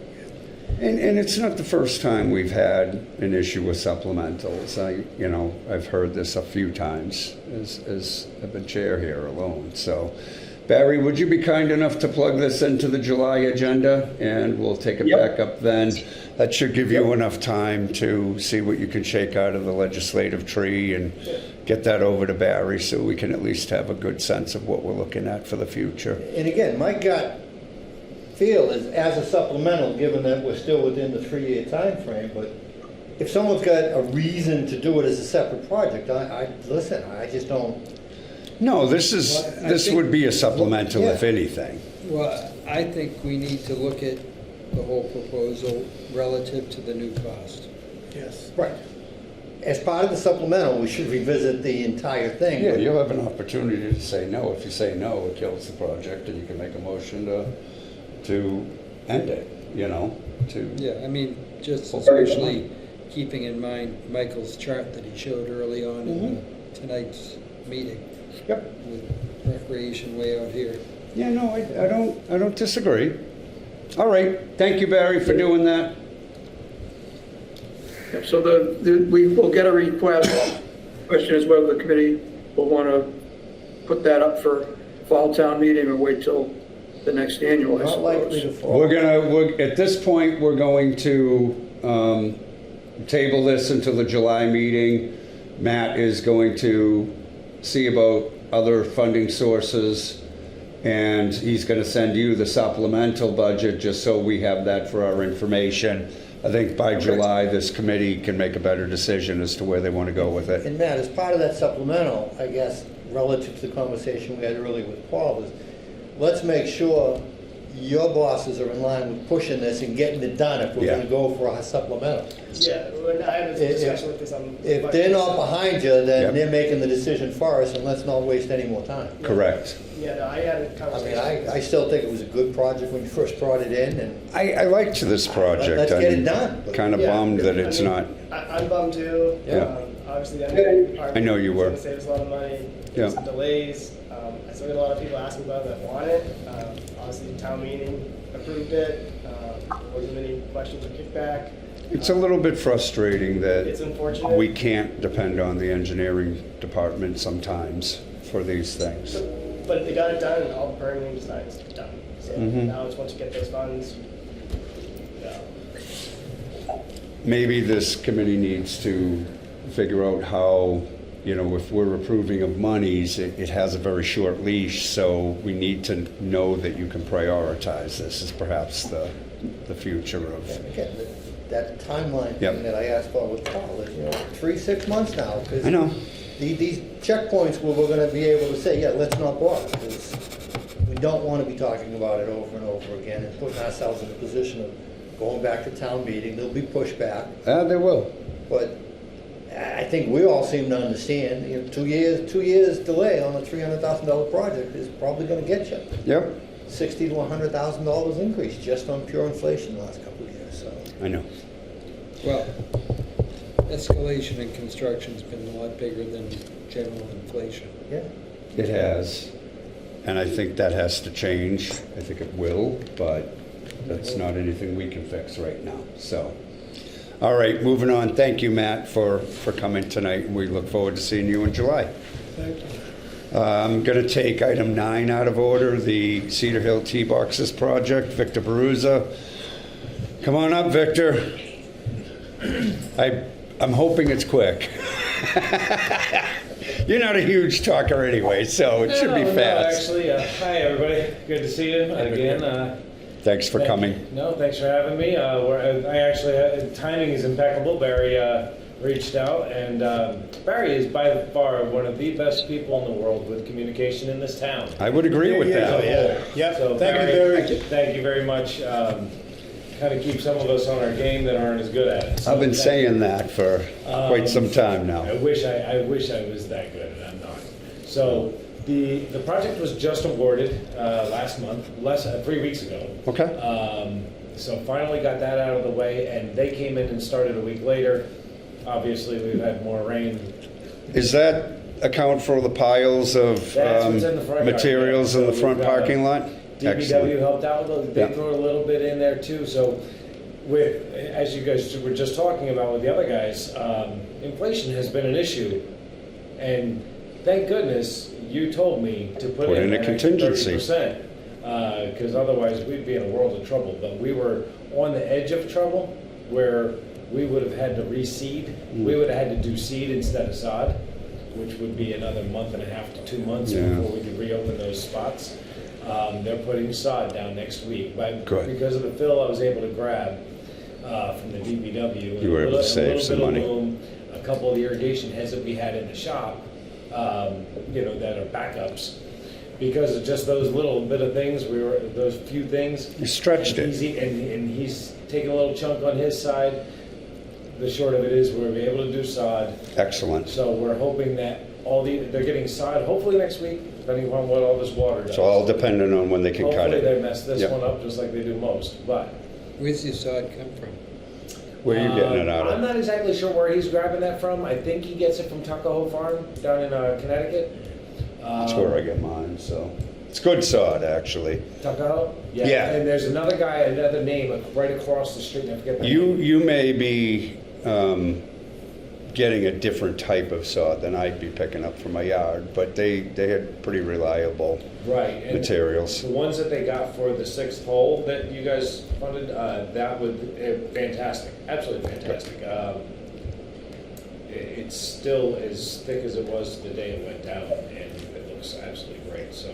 And you're intending on using these improvements on this cycle this year for your golfing circuit, if you will, correct? Yes, Okay. so, They'll be ready for that. right, and people are so excited about the changes. Like I mentioned,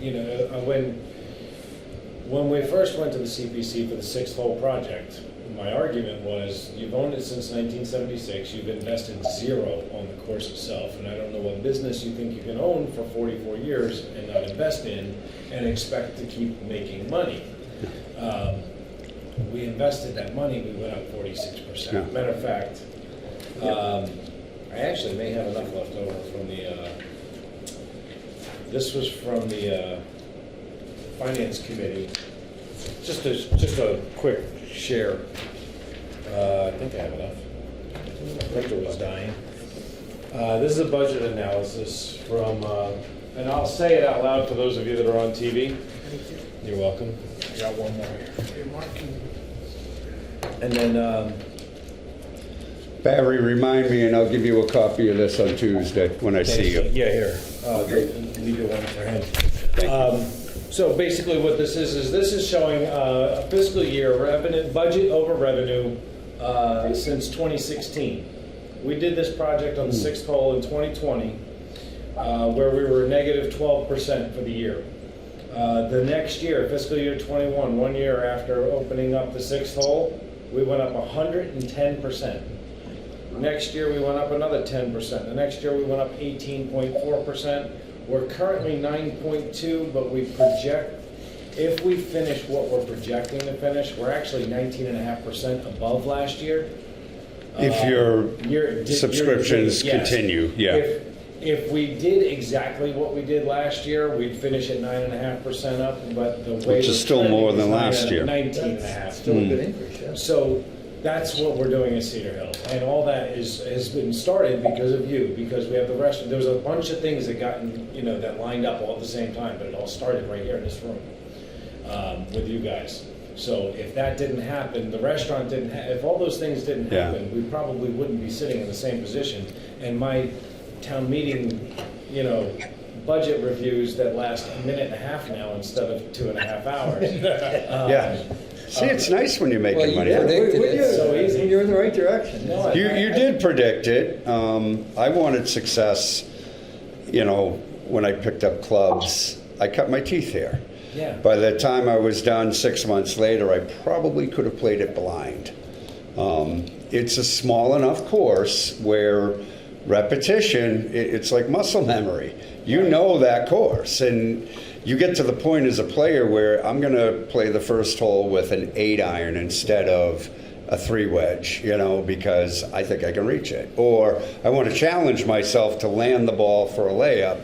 You end up sort of creating a different course, which only lasts so long. Right. These improvements go a long way to changing the face of this course for the 100%. regulars. That was a great segue right into this project. Thank you. It was almost planned. It almost seemed like we planned that. And we didn't. So now what we've done on the first hole is we have this 700 square foot tee box that gets beat up because you can't move the tee markers. Because to it's enough 4 places. feet by 4 feet. Right. Now we have tiny. a 2,500 square foot tee box on the right hand side, where in 3 weeks you're never going to see the tee in the same spot, and you're getting in.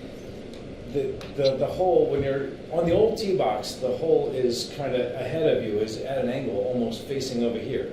So the very, very far end of the new tee box is looking at the hole straight on. The water and the bunker are out of play if you hit it straight anyway. I wouldn't be there. And as you move over, now you're adding in those other hazards, and it gets harder and harder and harder. So the new tee box on 7 is now back 40 yards. Which is a big difference. Yeah, it's a club and a half. Forces me to pick up a different club. You're looking at a 176-yard par 3. Yep. That's on a tiny green. That's not an easy Which is task. not an easy one and a lot of guys will end up laying up on that. So unless you have a touch where you can drop that ball and let it sit, yeah. nobody's going to want to drive into a par 3 and watch the thing spin off the back. There is a value to what he's talking about, is my point. Yes, John? I have a question. Yes, sir. For the point of view of town meeting, there's a column missing here, and that is how much of this money goes back to the town. I understand you invest yourself, and God bless you for it, but how much of the money goes back to the town?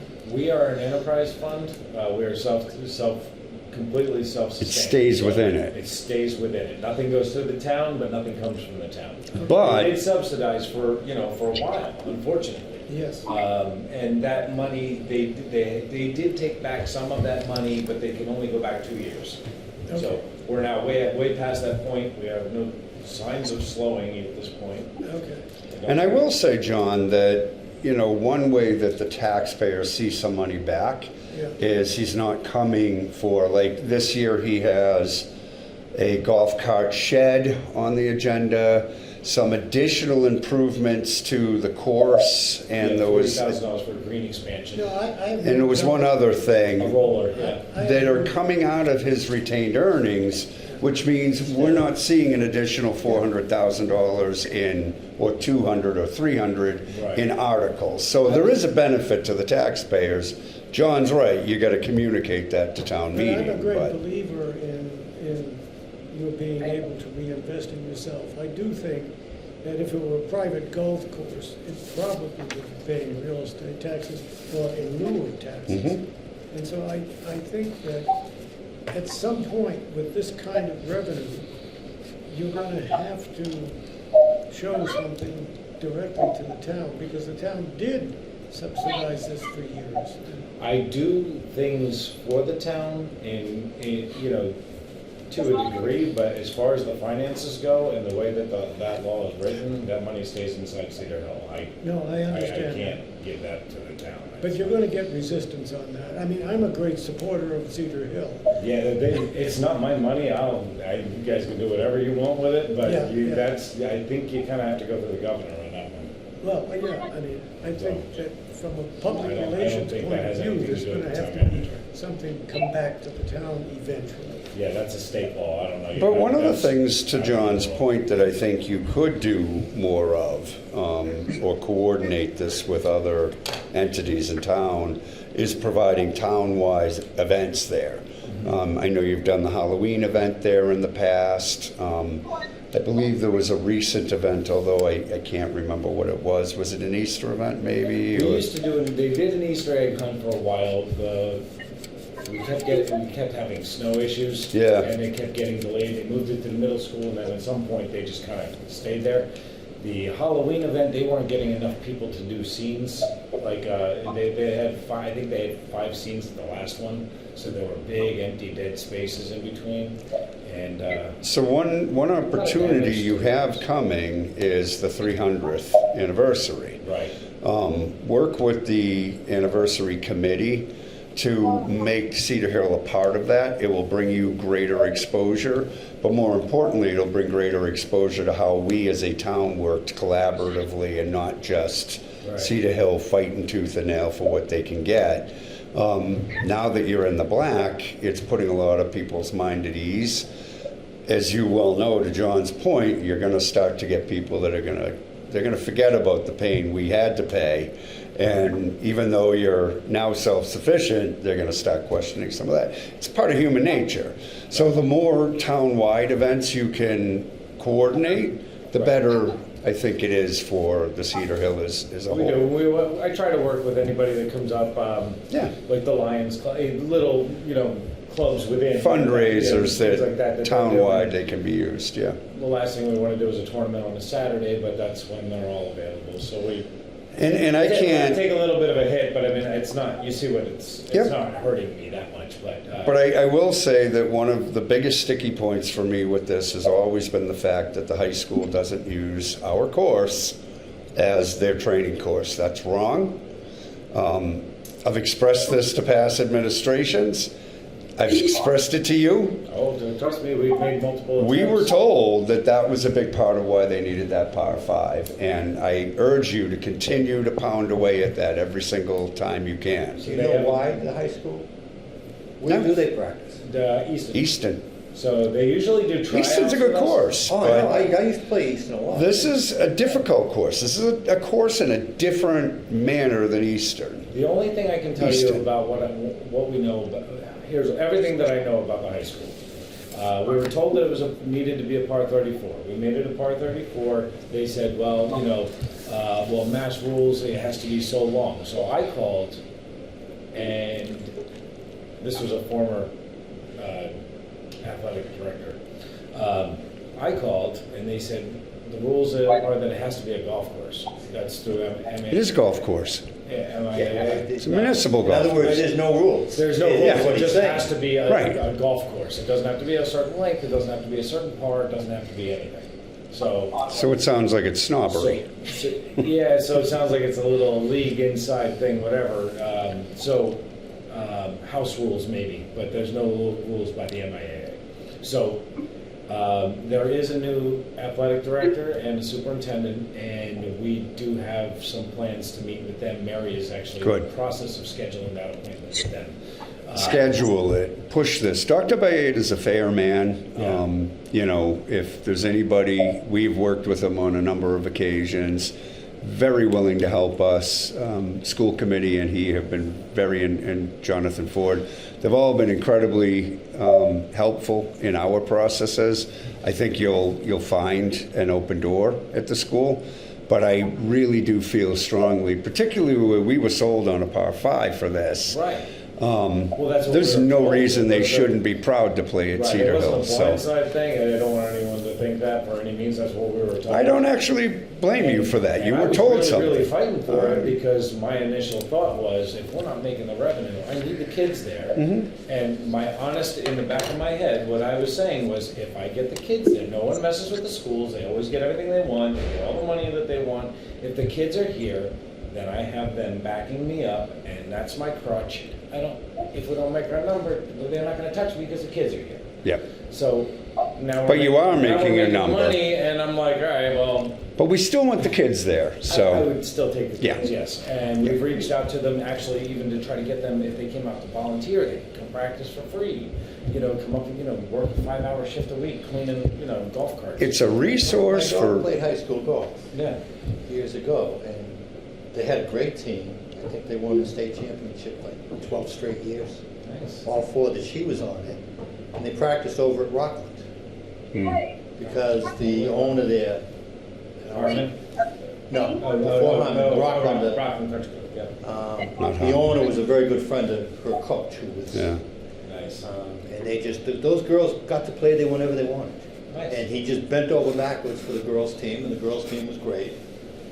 And it was a wonderful relation. And it was kind of, I thought of it at first, yeah, it's not that great a course, it's not a big, it's, you know, it's not. Rockland's not bad. No, it's not bad. No, but they got offers to play at other courses. Other courses wanted them to come play here because they were such a good team, and their coach, Dave Giafranti, I mean, he was head pro at a number of well-known courses, including the country club at one point. Just, but the owner over at Rockland, he's the rules official. He goes down to a little place called Augusta almost every, I assume he's still doing it, every year to be an official at the Masters. Yeah. It's what, 2 weeks? I was like, 2 weeks holy away? cow, next week, yeah. I was like, Next week.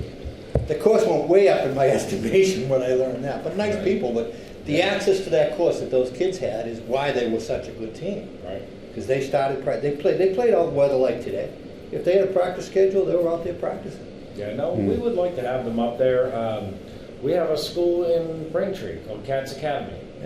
Cats Academy. They come over. They're Mondays and Tuesdays at the golf course. We need Curry to have College has our reached out. students They're here. trying to build a team. Yeah. They want to come out and practice. Yeah.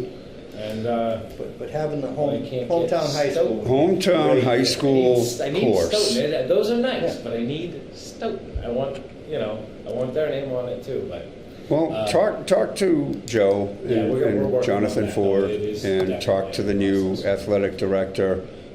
This is important for Stoughton. It's also important for the kids from a financial standpoint. If they have an advantage here, they can get better at it simply because they have greater access to this course.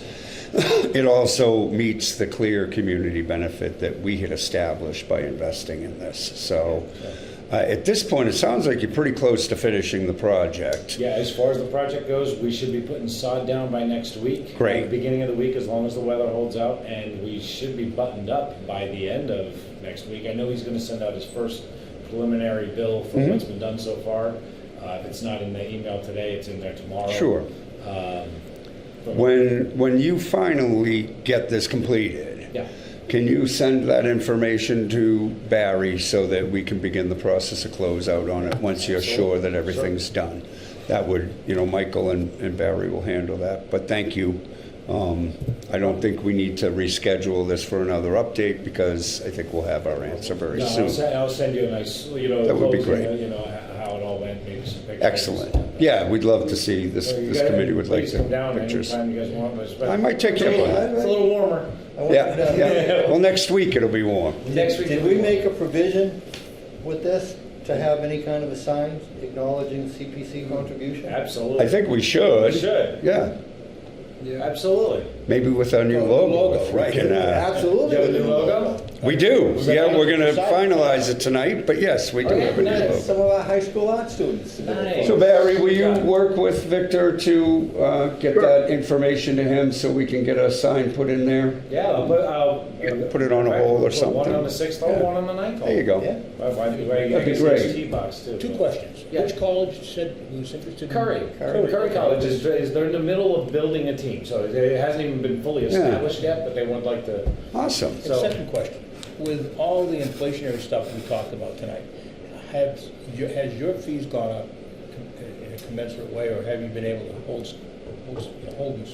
Are you competitively priced? Yes and no. So last year we did go up on the 18-hole price because there wasn't enough difference. We had a little bit of compression going on between the 9-hole and the 18-hole price, and the amount of people that came in for an 18, which isn't a lot, but it ties things up really, really bad on a Sunday.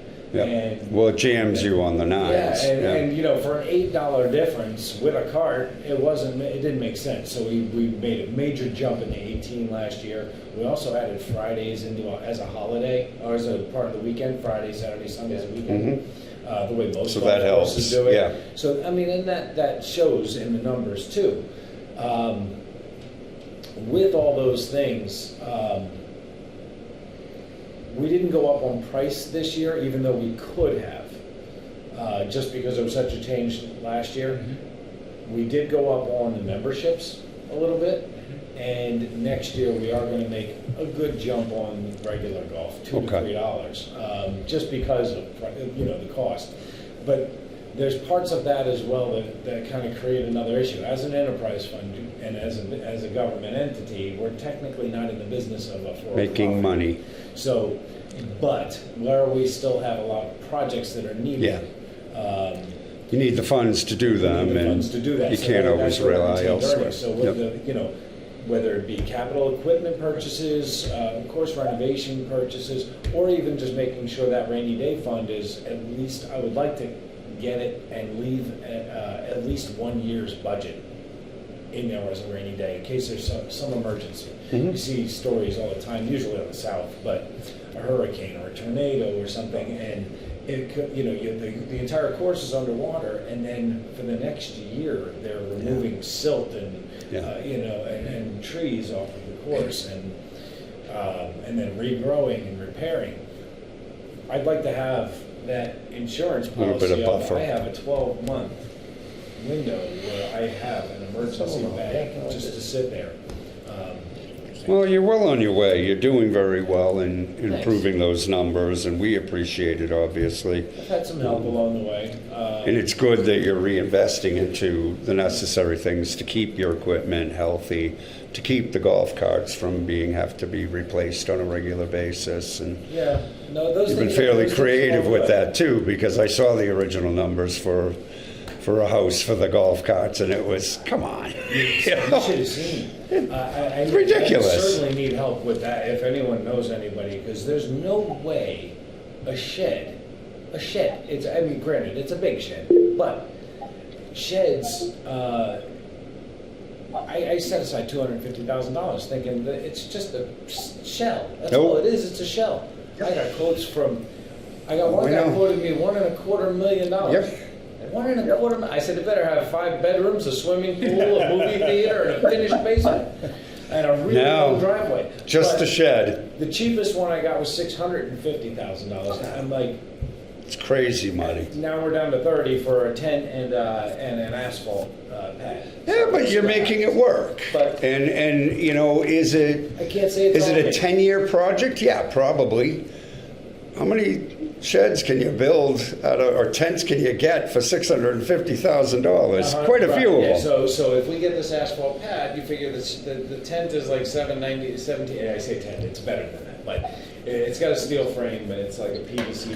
Yeah, it's not a permanent steel building. No, it's it's not. it's but vinyl. I'm hoping that we should be able to get, if we had to replace it every 5 years, I mean, and granted, I bet you get 10 years out of it. You I think watch. so too, but for $18,000 for that. You can buy a whole lot of those. Yeah, right. So, And it serves the same purpose. Absolutely. I might have to buy one more in my run, but we'll see what happens. But with all those things, in place, I do have to say that it's not me. I'm not a business guy. I know how to cut grass. I know how to put down fertilizer. But I've had a lot of people that have reached out cut to mine me. anytime you I've want. reached out to that have helped me along the way, and those are the people that have all kind of helped me. It's been a village. Yeah, and it should be a village. So Park and Rec, DPW, even the police department, like everybody has had their hand in this at one point or another. CPC, there's been a lot of people that helped me out, and of course everyone that voted yes to give me the money for the years that I Town was meeting, filming, yep. so I appreciate it. So, Do All right. you have resident rate? no, we don't. Mark, Dwight has a question. yeah, I know it does. Dwight. But it's time to move on, guys. Yeah, I'm aware of that. Thank you, Dwight. We don't. We have a senior and a non-senior, just because of the amount of people that do play from out of town. All right. Thank you so much, Victor. We look forward to seeing the closeout documents. All right, guys. Thank you so much. See ya. Thank you. Back to the schedule. We are on item 6, which is an update on Benson Road open space acquisition. Briefly, John, how are we doing with that? Briefly, I'm trying to get the lawyers together. So it's not done yet. No, We haven't paid for the property yet. Is that correct? that's correct. Okay. But So- your surveys, all that Yeah, all that's necessary, said, all the 21E is all approvals for done. the new lots and, That's all So- done, A&Rs, yep. yeah, so we're just trying to, she just hired a lawyer, town council's on it with, reaching out And I sent her a note to speak to her lawyer to make sure he reaches back to town. So is it council. fair to say you should have this completed by July? Should we put it I back would on as hope an so. update in July? Yeah. Okay, and you can move it earlier if it comes Yeah, earlier, yeah. but I would Barry, say- would you put this on the July agenda? I would, I just wanted a little bit of clarification. When you talk about lawyers, I know a title search was the next item on the agenda. You're talking about a title search attorney? No, or that's a been done, I think. conveyance attorney? I think the title search got completed. Okay, And so that was another step in the process that our attorneys requested. So it sounds like it may be just putting the documents together now, the purchase and sale and all that stuff. Well, that can take a couple of months, but let's put it on in July, Barry, and I think that's an accurate amount of time, or a sufficient amount of time for the lawyers to wrap things up, I hope. Thank you. Anything you want to add? No. Anything from the committee? No? All right, moving on. Update on the Cape and Reynolds. Rich, Okay, where we at? the bids have been gone out.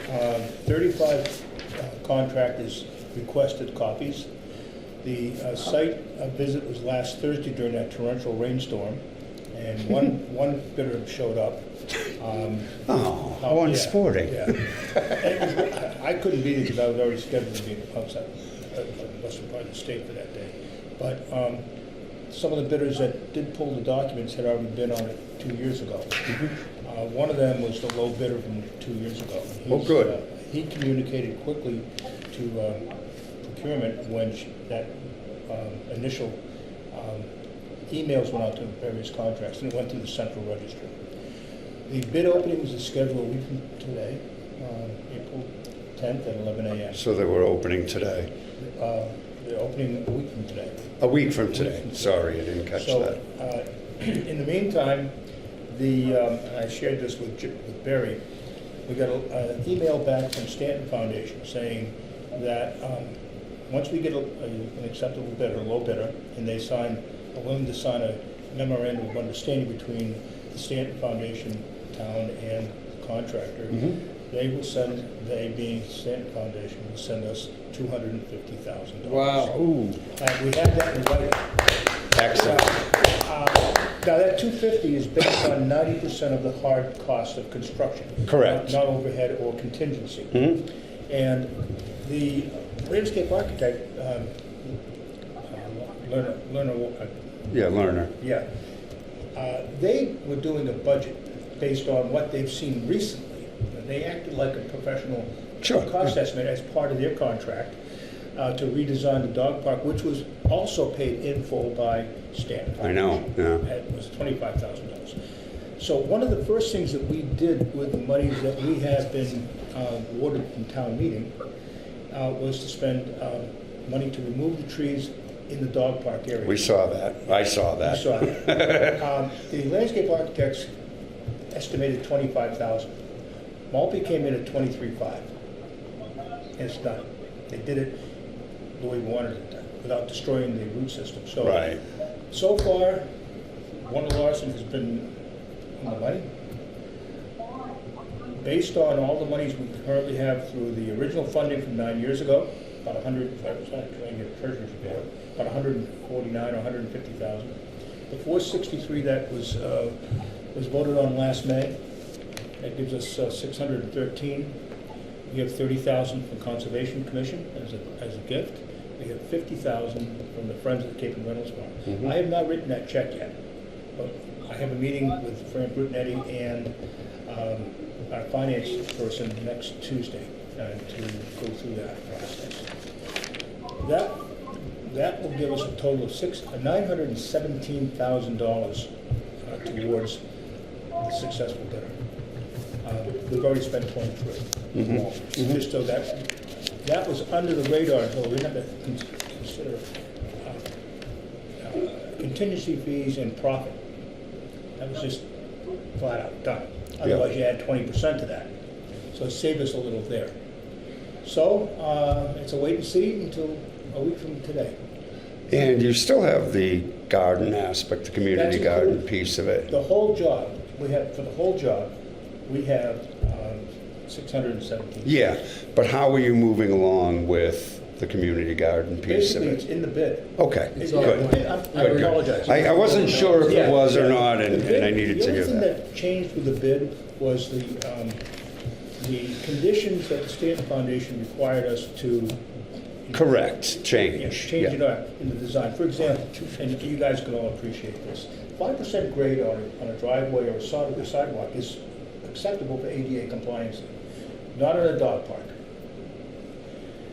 They want 3% or less. Guess what? We had 5% from the front of the dog park we would enter to the furthest, just a consistent. But they were able to work that out Yes, somehow. and it gave me I'm going, how the hell are we gonna fix this? Yeah, where are you gonna come up with that?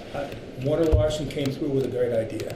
He said, where Overlap this it. demarcation line is in that 3 to 5%, we'll put a 14-inch black locust log as a play item for the dogs, but it will also be this step function and solve the problem.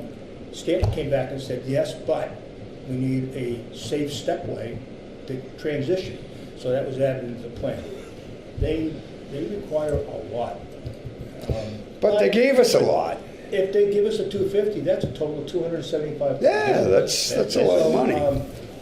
As much as I feel good about that, I'm still apprehensive. I'm afraid that they'll break the budget on these bills. No, they're not.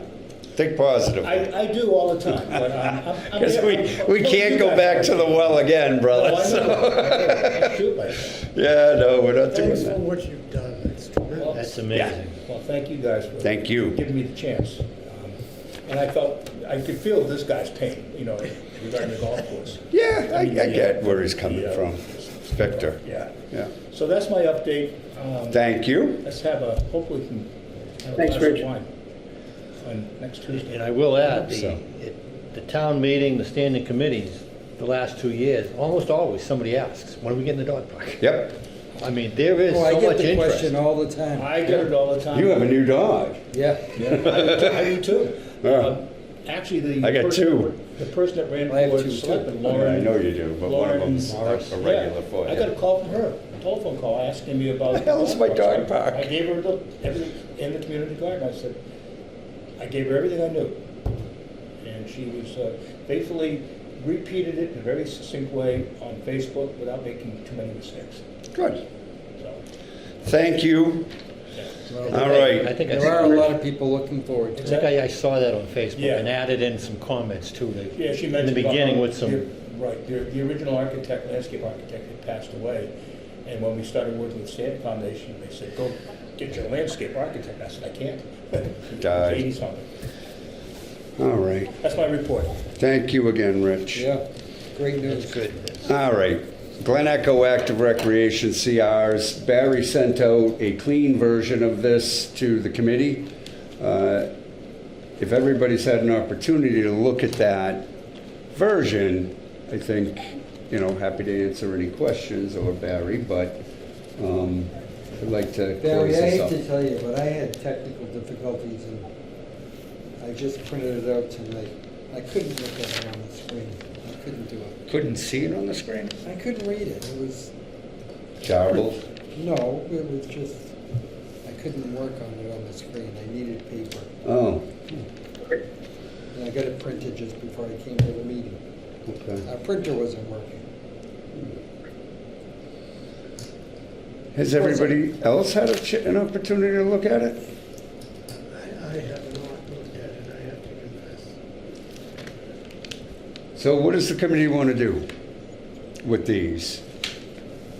We're at a point now where if we approve this, then it goes to the next step, which is, Barry, refresh my memory. I'm sending it back to town council. It goes to town council, he gets it before somebody, and then it goes to the state, correct? Doesn't he get it to? After town council gets it, I believe it goes to the select board.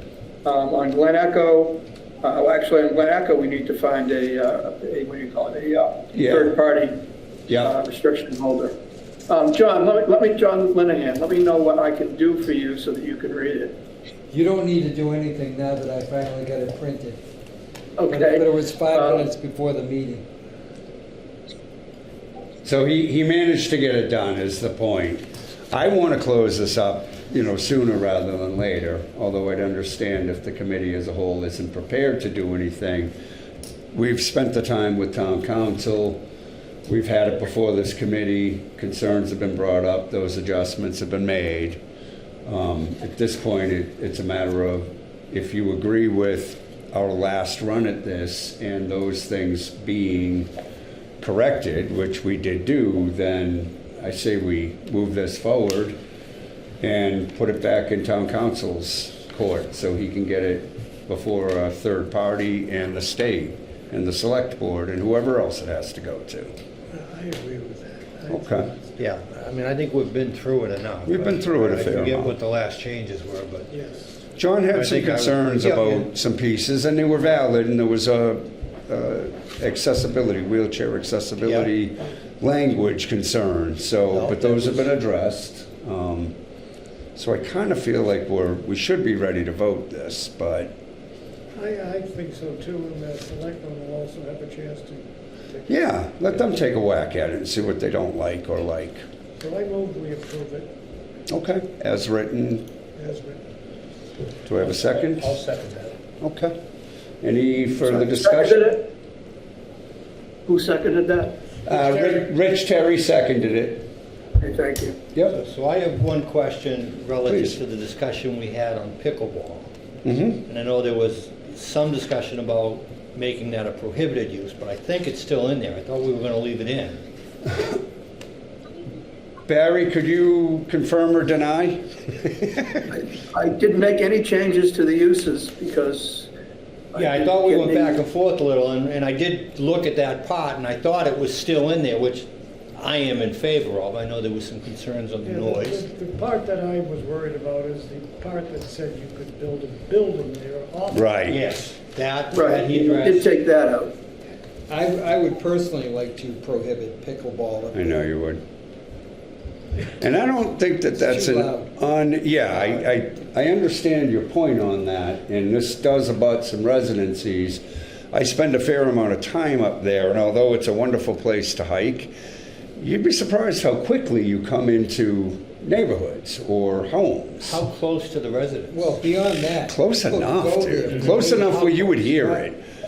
People are going up there for nature. 150 to 200 yards in some areas. So John, I mean, I would I've seen also issues feel the same- As the crow In Brain flies. Street, when they're talking I would feel the 50 same to about a 60 tennis feet. court. Yeah, no, this isn't that I mean, close. if we're a couple hundred yards, We're a couple hundred yards would be my guess. Would you agree with that from the edge of a house line? I don't think the noise will be as bad. I'm not concerned about only the neighbors. I'm concerned about the people using it for nature purposes. Right, and how that will affect it. How many acres of nature is there for them to use? 90?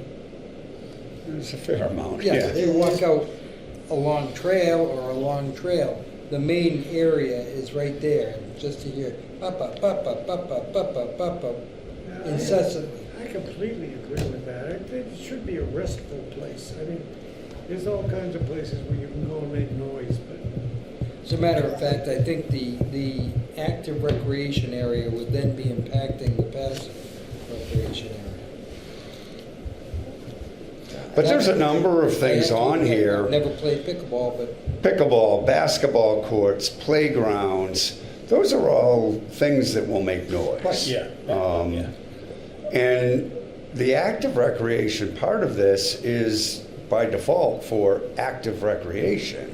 Like, you can prohibit it to an extent, but even a disc golf game, there could be cheering and noise. I think ultimately, even though Michael is correct, this is in the recreational activities permitted uses, the final say still comes back here. The town isn't going to fund the pickleball courts. It's up to the CPC. And we are subjective in the sense that we could say, well, Sure, we could, but we don't want to. It's up to the committee, realistically. Is the office building still in there? No, I he think took it that out. remote. I did see a note Barry put in there, but He scratched the office. saying that we insisted on that coming out. Yeah. Yes. But I think our discussion was, even though some That members doesn't mean it's weren't, gonna be there, it's still gonna be. yeah, you weren't crazy about the pickleball, and we would lean toward a disc golf because it's a lot less impactful. You know, town council didn't want us to shrink it to the point where it was so prohibitive, nothing could be done. Well, I mean, prohibiting pickleball isn't shrinking it to the point where nothing could be done, but there are plenty of active recreation things that we might not want. I mean, for example, motorcycles. Which is excluded, I yes. understand that. So we are obviously excluding some just to characterize it as active recreation doesn't mean it can't be excluded. I'm sympathetic with excluding those things which interfere with people's quiet enjoyment of the place. And whatever that may mean. I'm also opposed to the green energy thing. I don't want to see a bunch of solar panels. How about a 200-foot? What section is that, John? Page 7. It's allowed use is number 15. I have it as 14,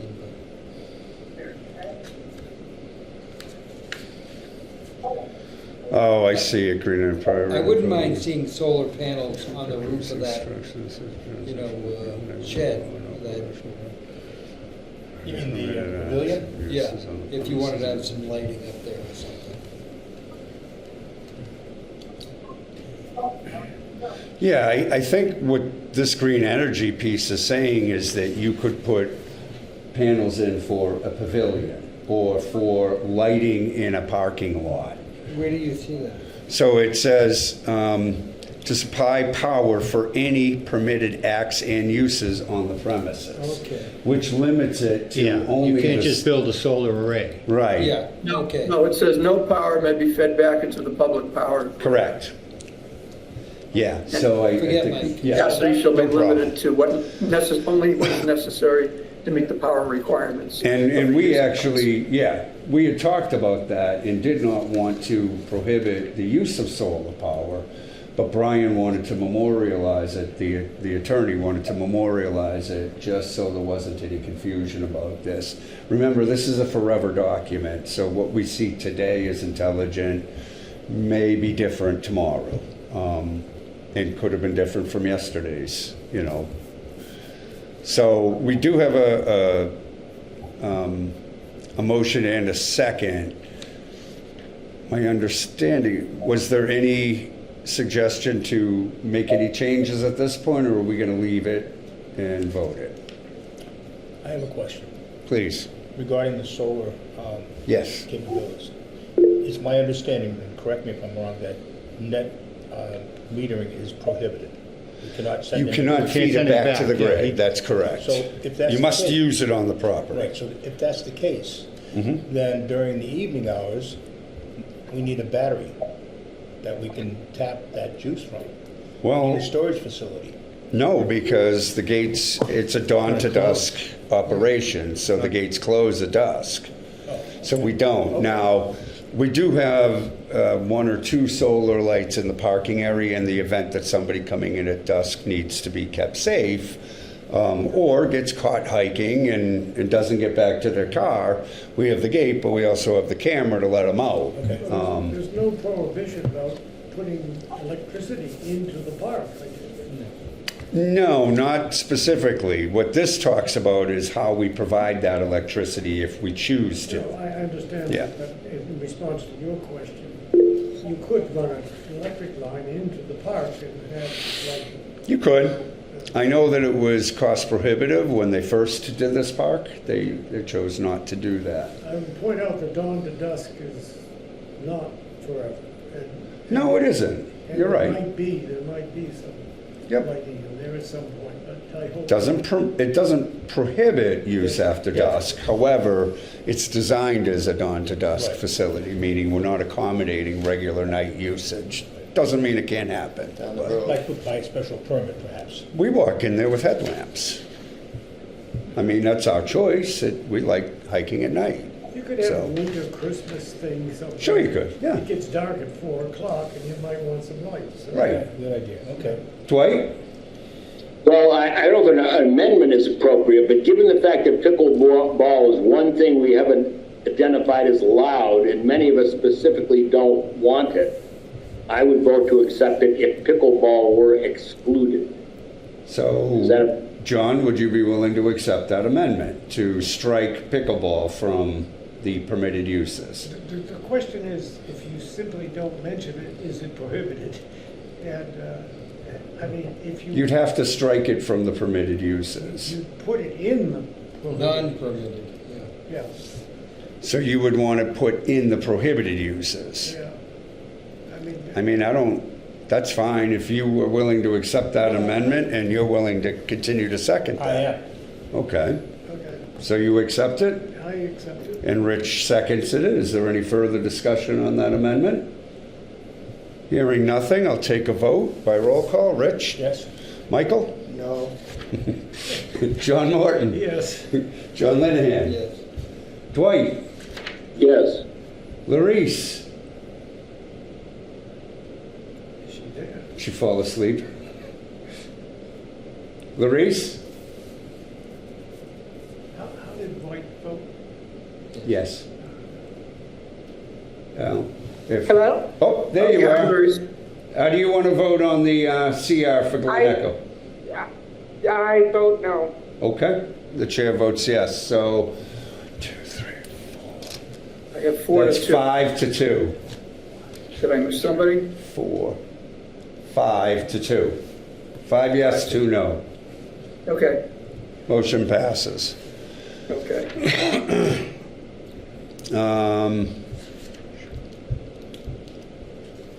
Atkinson Ave CR.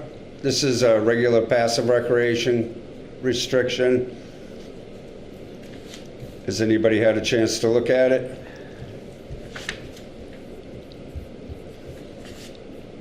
It looked like it had most of the provisions in there we would need for its kind of specialized use. This was a little cleaner, yeah. Yeah. A little simpler, if you will.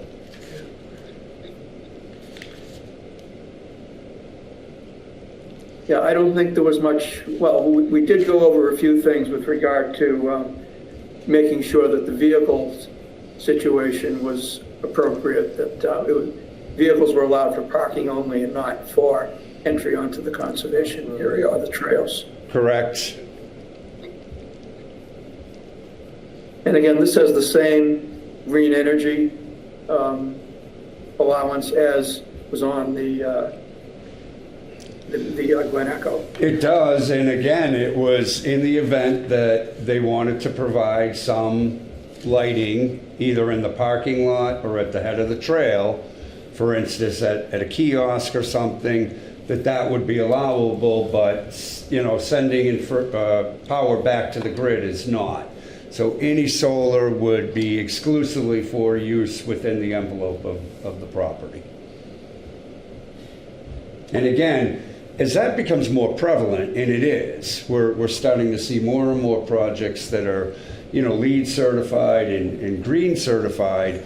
You're finding solar becoming a greater source for that sort of situation. We could also use solar if they put in restrooms, permanent restrooms, which you see a lot on the Appalachian Trail and Mount Washington and other major mountains in our northeastern area.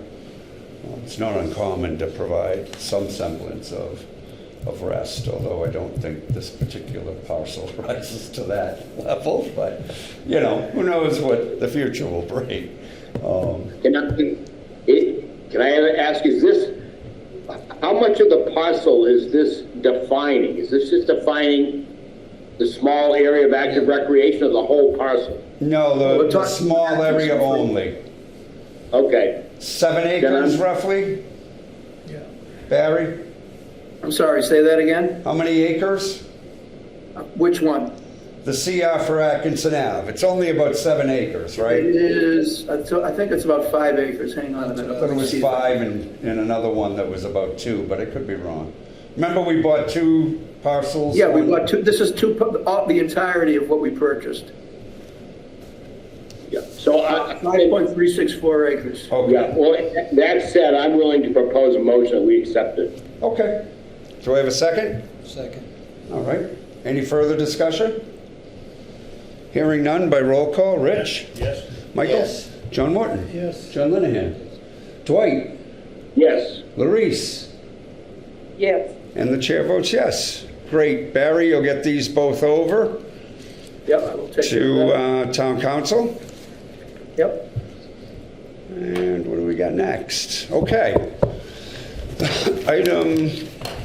Logo. Huh? The logo is next. 13.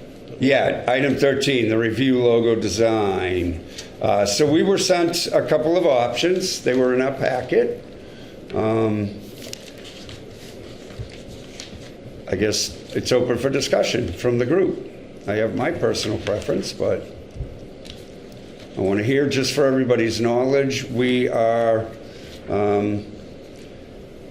granting the scholarships to the students on Tuesday at the National Honor Society's induction ceremony at the high school, which I thought was a nice invite that we got, and all of us are invited to go. I have a comment on it. Tuesday night at the high school. Tuesday evening at 6 p.m. at the high school. I circulated a suggestion that Yes, put the basic mission statement in the logo. yes. The others disconnected from the logo, and I think the logo should convey that message. I inadvertently put it on the one which has the letters backwards on the bottom. My preference would be that on the logo, on the one with the... On this one? Yeah. So the letters are upside down on this one, and they're right, Yeah. they're all, They should be rolled right side up, I think. So I put it on the one where they were upside down. So the middle one here is they're all right side up. Yeah. Yes, that's the one. So my Is that what you preference like? would be, I liked the middle one as it stands. I didn't like the lettering inside it. I think it takes away from the design, but that's my well, personal first of opinion. all, I would say the lettering inside shouldn't be bracketed in a white box. It should just be black. Should it kind of flow on the line across, Yes, yeah. just as a sentence going right across? Might I be think better it would with look- that, It would look yeah. a lot better than, Yeah, which is I- what I thought John was trying to get The at. box but was like, Didn't know yeah. how to do anything with the box. yeah. The design isn't important, One but thing- to separate them, I mean, that isn't a logo. So you're saying put the writing like this across Straight across in the middle. here. Or Right. in That's two- what I- maybe in 2 lines. I'm okay with that, sure. Yeah. That I do, if it's just black lettering Yes. and everything else stayed the same, I'm okay with One that. thing you guys gotta know about that we learned the hard way at the zoo is there are ADA rules for contrast. That's a good point. So, on, You're kidding me. no. Meaning So- it's hard to see if you're Yeah, it might colorblind. be hard, not colorblind, so if you just have poor eyesight. Visual. Mhm. I don't know, you know, as long as we meet whatever those guidelines are. I don't know exactly what they are, but they are about contrast. So Barry, here's a thought. Well, we've got it already in here. We could approve the one with the lettering the way it is, but ask that the black lettering be put across. Send that and that middle one to the Disabilities Commission and let them tell us Oh, which one that's a they good prefer, idea.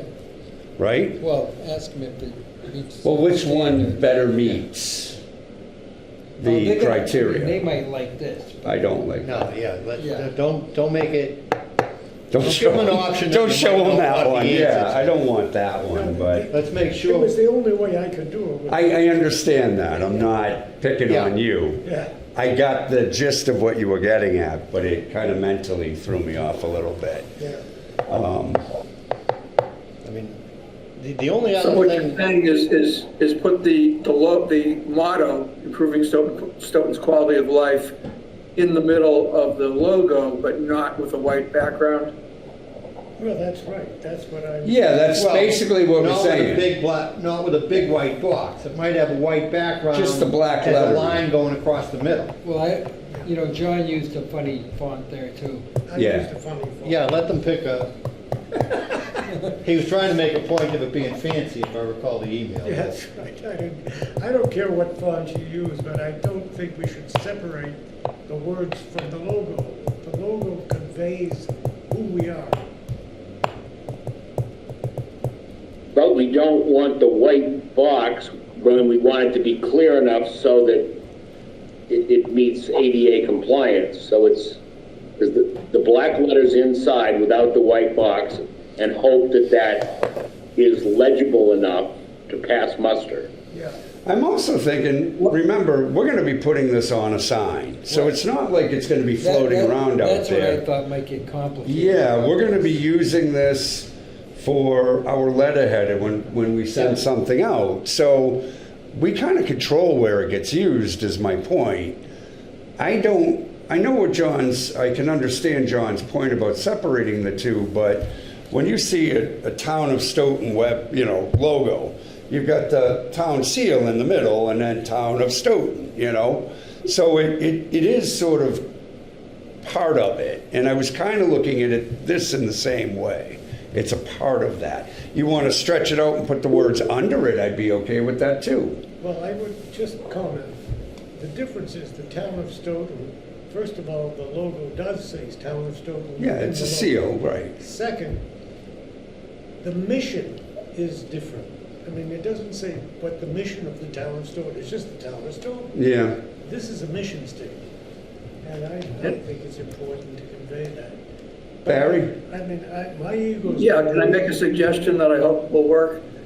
Instead of having the improving Stoughton's quality of life separate, have it encircle the logo outside where it says Stoughton Community Preservation. I was trying to figure out a way to do that too. You mean on the outside of the colored logo?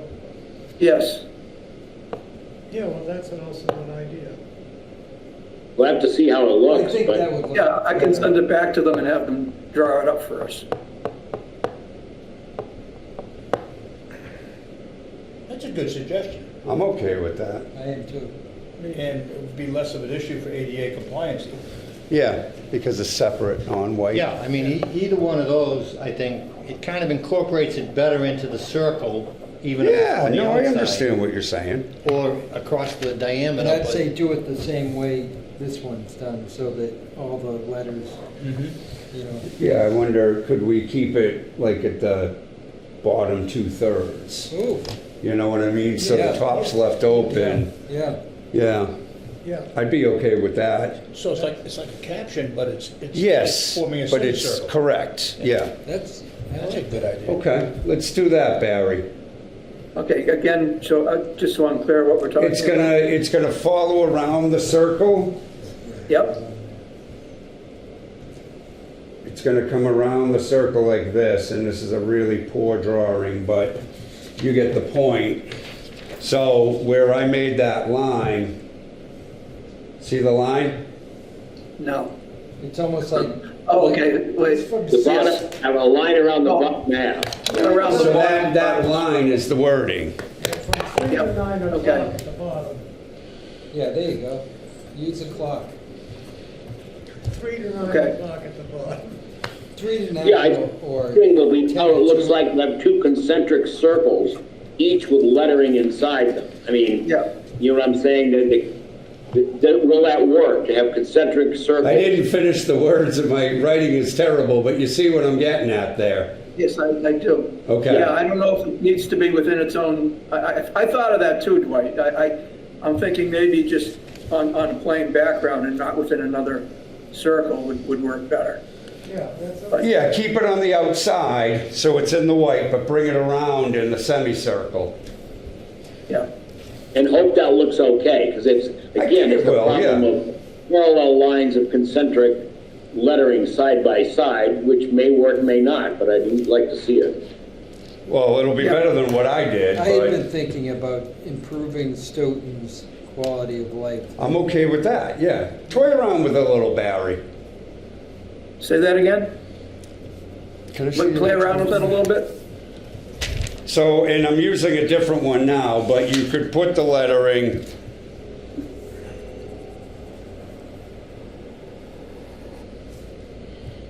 And again, I'm sort of improvising, but put the lettering where those lines are instead. You see that? No, wait a minute. You mean all the way around? Yeah. Well, that is the same, I mean, the problem is simply to have concentric circles, both with lettering side by side. Does that detract from the content of both lines by doing that? I mean, Yeah, I that, think it does. No, I think it would be okay. I think it's too much of a bullseye effect if you go all the way around the circle. Yeah, I'm not sure the writing would stretch all the way around the circle. I think if we kept it. No, half- you don't, you're right, you won't. So the question, do you do it at the bottom or the top? yeah, if the letters were somewhat bigger, so that, yeah, they contrasted, they weren't the same size as the ones inside the colors. Right. So that they, because of their size. Yeah. That might be a good thing. Yeah, it forms a world instead of a, you know. Yeah, I like that. Yeah, we're okay with that. Okay. Mark, if you could send, I'll see you on. I'll bring it with me. Yeah, but we're gonna want this one. Can I take these? You okay with that? I got it, Barry. I'll show you when I see you on Tuesday. So, assuming we get that done right, you guys are okay with it? Yeah. We're giving the money on Do Tuesday, we so. have to show the artist before we make it? Well, he's gonna send it to him, yeah. Okay. Yeah, this is yours, thank you. Why you have that, I don't know. We have these. I didn't have anything else. Right. So we're good with that design? We don't need a motion or anything. We could just say we're good with that design, right? Yeah. Yeah, well, yeah, but, I mean, the same artist is gonna get it whether we tweak it or not, right? Oh, yeah. Same guy. So even if we decide finally we're gonna change it a little, he's getting an award and we'll go from there. Just remember, once we give him the money, we might not see him again. Is it him? Well, Her. the check's not printed yet, so, Yeah. stay tuned. Yeah. You want, but we want this tweak. Yeah, they will. I mean, they did this without knowing that there would be any money involved to start with. So I know, I'm teasing. I know you're that. teasing. All right, let's move on. Okay. Because I think we're done with that. So new business, item 14, amendment to Hebrew Senior Life motion. So I mentioned in the chairman's comments that the motion to pass this failed at FinCom by a vote of 6-6. One of the main reasons the 6 members voted against it, or the main reason they expressed to us, was the bond. They didn't like the bonding aspect of it. So when we originally looked at this, we bonded this money for a couple of reasons, but one of our major concerns that Michael had specifically and it expressed to us was, do we have enough money to cover all this? I think we acted on, in caution that let's split it up a little and bond some of it. We certainly did not think we would get the pushback that we did at the Finance Committee. Now, all the pushback wasn't specifically for the dollars, but it was concerning to us all. Did you want to add something to this? My recollection in Finance Committee was there wasn't any pushback about the idea that we were bonding this. Oh, so you weren't there. But I wasn't there on the vote. Yeah, you weren't there for the vote. And in the vote, the members who voted against this said, I won't vote for something that's being bonded by the CPA. How many of them? 6 of them voted that way. Yeah, but all 6 of them mentioned bond. No, Dave Laurie mentioned the bond, Yeah, I heard and Dave four mention it. other people nodded their heads in agreement. I was there, so, Yeah.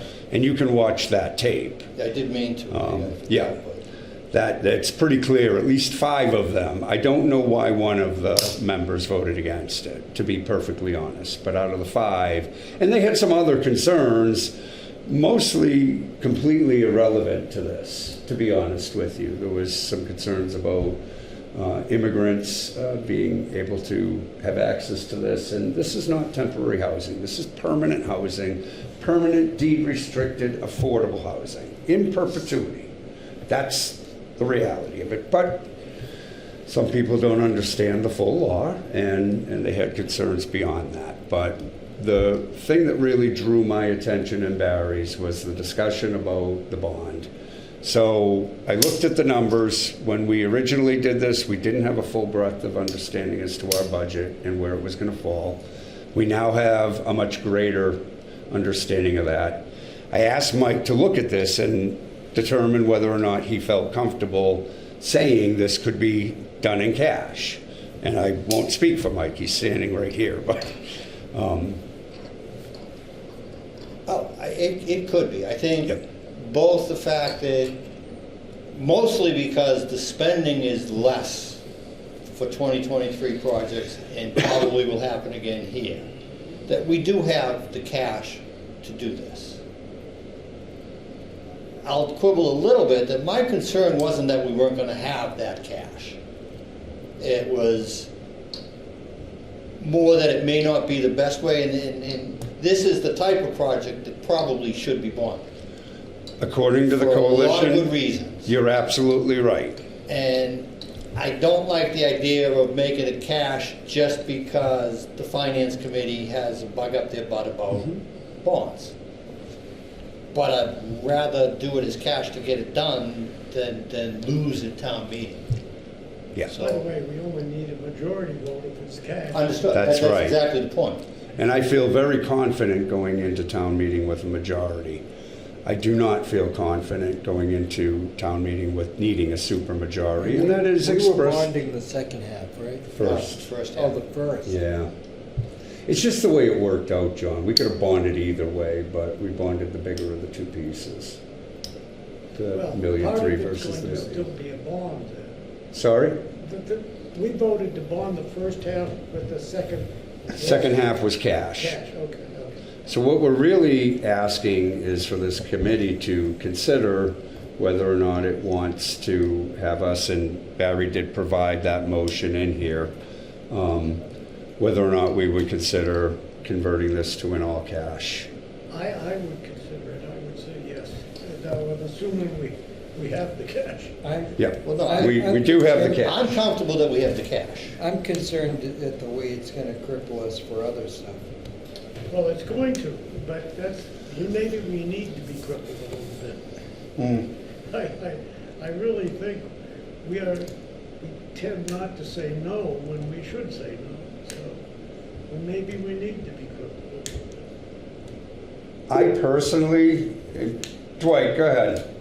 Well, and it is housing, so I'm leaning toward, just because we want it to pass, and this increases the chance of it passing, and we have underspent on housing, that leads me toward okaying it as cash.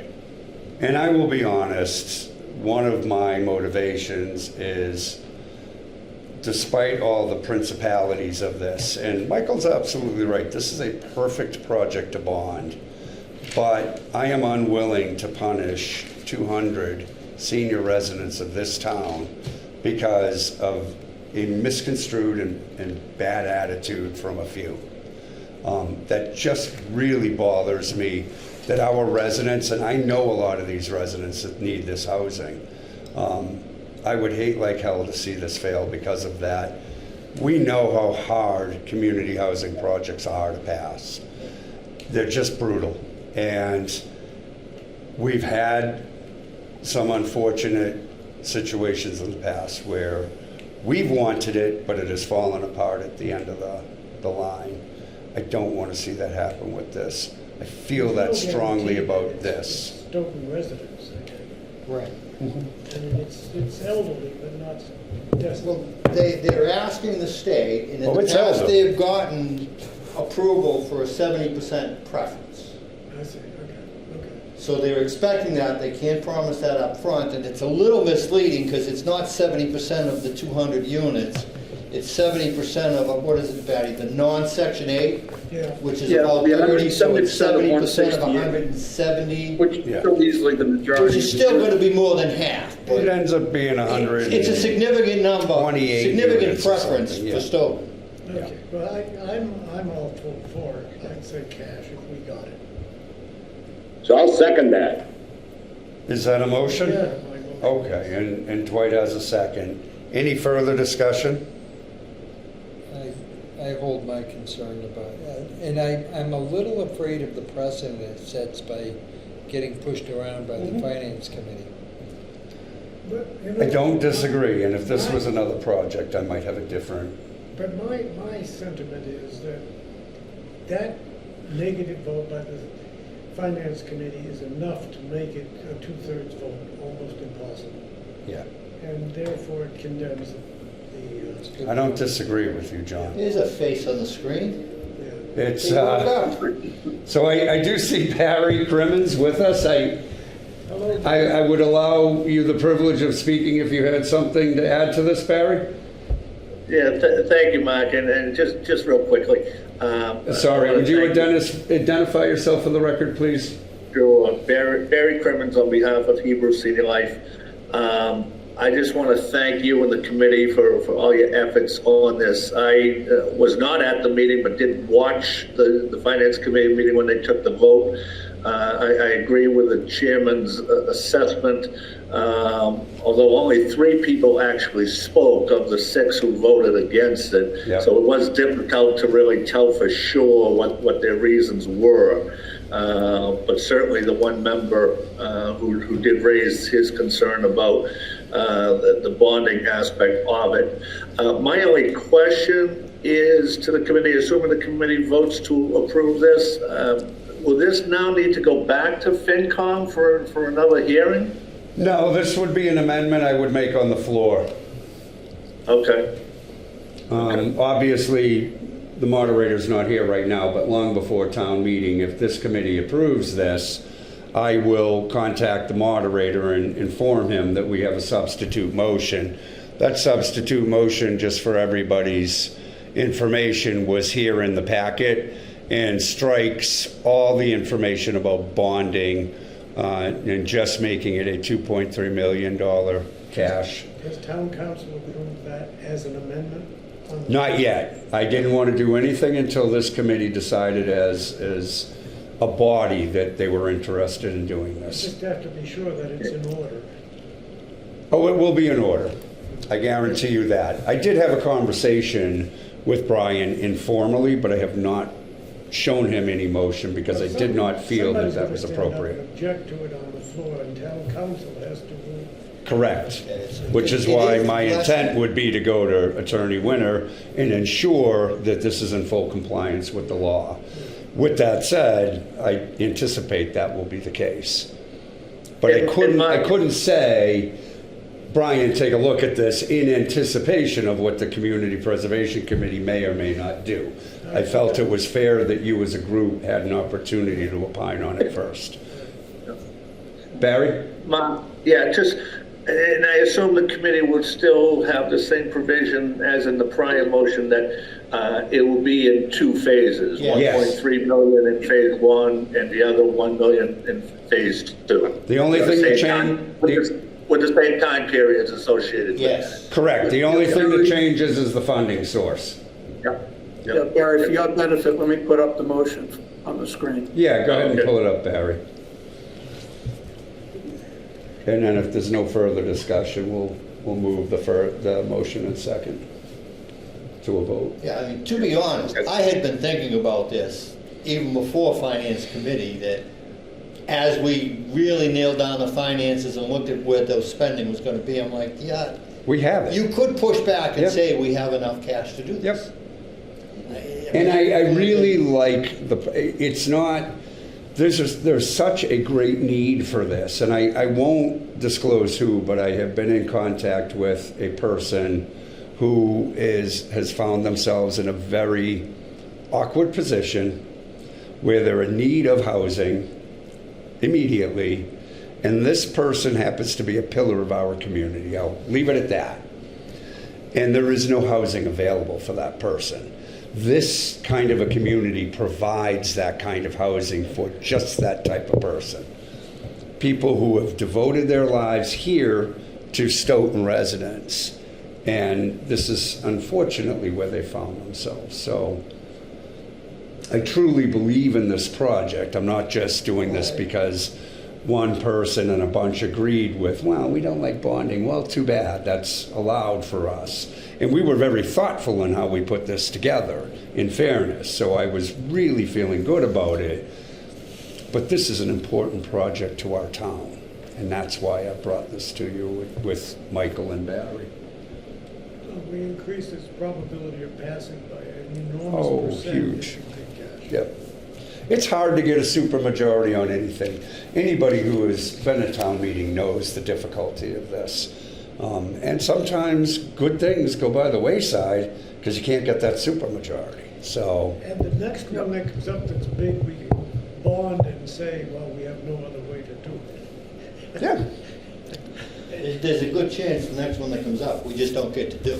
yeah. Because we're setting a precedent here That's correct. that. Well, you just say sorry. Go talk to others that, don't We're- like bonding. Or you put We're it before taking- them. We're allowing the finance committee into a town meeting not to make the decision that they're supposed to make. Yeah. We're making that decision for them. We're asking them to make an easier decision on this one. Yes. Let me say, No, we're telling them they don't have to do their job. We're being practical, you do what you have to do, and that's what we're doing, I think. No, I'm not, I know. the finance, I'm in full agreement in terms of. I struggle as well with, I was hoping this project is that important and that good a project. Yep. That we would get over that hump. I was also disappointed that there were only 12 people at the finance committee voting. Yeah. I believe there's 18 I was people. actually very 17, but yes, I was Supposed to be disappointed 18 in that when as they have an opening well. or whatever, but Yep. finance